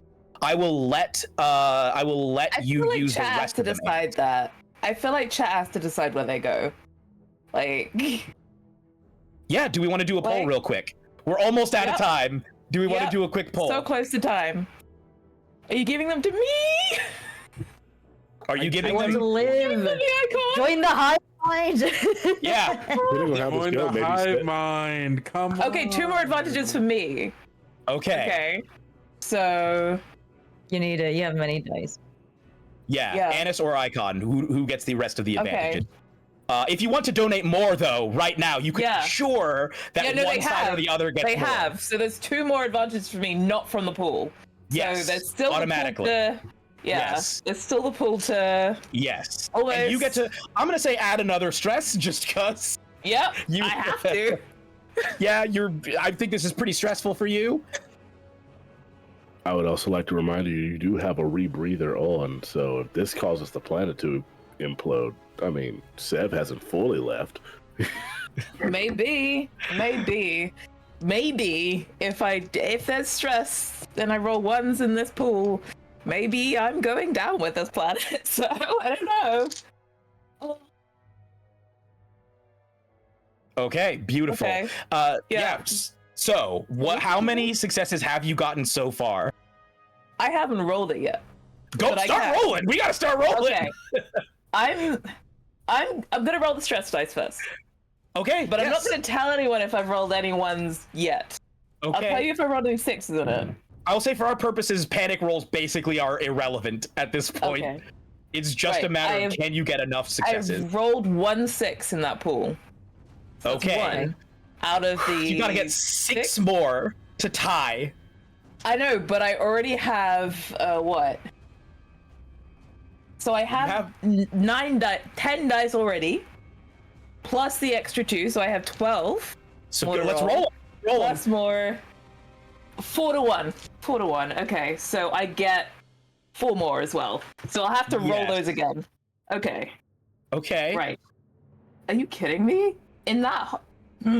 So that's now 3 6s, but now I only have 4. No, that's 4 6s. Okay, that's 4 6s. And 4 6s how in many total? extra? How many extra dice was that? 4. Okay. How many 6s do I need? You I've need got 4 at sixes. least. You need 3 more just to tie. If you want to actually defeat it, then you need 4 more. I have to roll all 6s. Yeah, I don't think that's possible, but it is absolutely will possible. It is try. 100% possible. We will It is try. absolutely possible. I have a bad feeling about this. This is where the fun begins. I only rolled 1 more 6. No, this Okay. is pod racing. Yes! Annis, you, with all the power of your order, with all the power of your lightsaber, you go to try and drive it into the heart of the icon, trying to free these souls and free these spirits, silence these voices. And as you reach out, the power of your Kyber crystal is turned against you. And even as you approach the body of the icon, you feel the plasma from it that has covered you begin to descend and burn onto your flesh. You feel like as this plasma starts to just eat through you, the Kyber crystal in your hands bursts out of the lightsaber, basically pinning both of your hands to its hilt, and one shard goes directly through your chest. Annis, what are your final thoughts before your voice also joins the chorus of the icon? I'm sorry. Utri reaches out to you and says, "It's all right, child. You did your very best. Now all that is left for us to do is accept. For we are Jedi, and we do not fear. We accept the will of the Force." And she reaches out her arms to embrace you. I think that in this, definitely, that is what Annis will do. Annis, you fade and join the chorus of voices as Sev on the ship takes off towards orbit. And Sev, as you are plugged in and having a chat with this droid about everything that the pair of you can do together, you don't notice the Icarus blood. The Icarus blood from Jorda, which followed you all the way back here. And in those moments that it took you, those minutes that it took you to take off, slithering onto the ship before it reaches orbit. And that is where we're going to end this game. Oh, that was Thank you. juicy. Thank you all so very much for a wonderful players. Thank you to everyone who donated. Thank you to everyone who's active in chat. Thank you to the organizers who put on this incredible event. Thank you for everyone who helped support the Marsha P. Johnston Institute. Oh my goodness. Let's go ahead and close this out. We're gonna go in reverse order. We're gonna have Sebastian. Sebastian, where can the people find you? They can find me at sebastianua.ca because despite my accent, I'm based in Canada, and you can find me on Blue Sky at Sebastian UA. Just everywhere I'm Sebastian UA. So thank you very much for having me. This has been fun. Oh, yes. It's been incredible. Okay, Lola, where can people find you? I can be found at pretty much everywhere at Third Vault Yarns, on Blue Sky, at thirdvaultyarns.com. And yeah, you can find. Oh, also, I write games, so you can find me at johnsonofair.itch.io because I write games under a completely different name. Incredible. Incredible. Kendo, where can the folks find you? Hey everybody, you can find me anywhere on the internet that matters at Kendo Makes Films, and you can also find my actual play podcast, Tales Yet Told, anywhere on the internet that matters at Tales Yet Told. If you can't find us there, I'm sorry. You're somewhere that don't matter that much. And Daryl, I almost called you Sev. Daryl, where can the folks find you?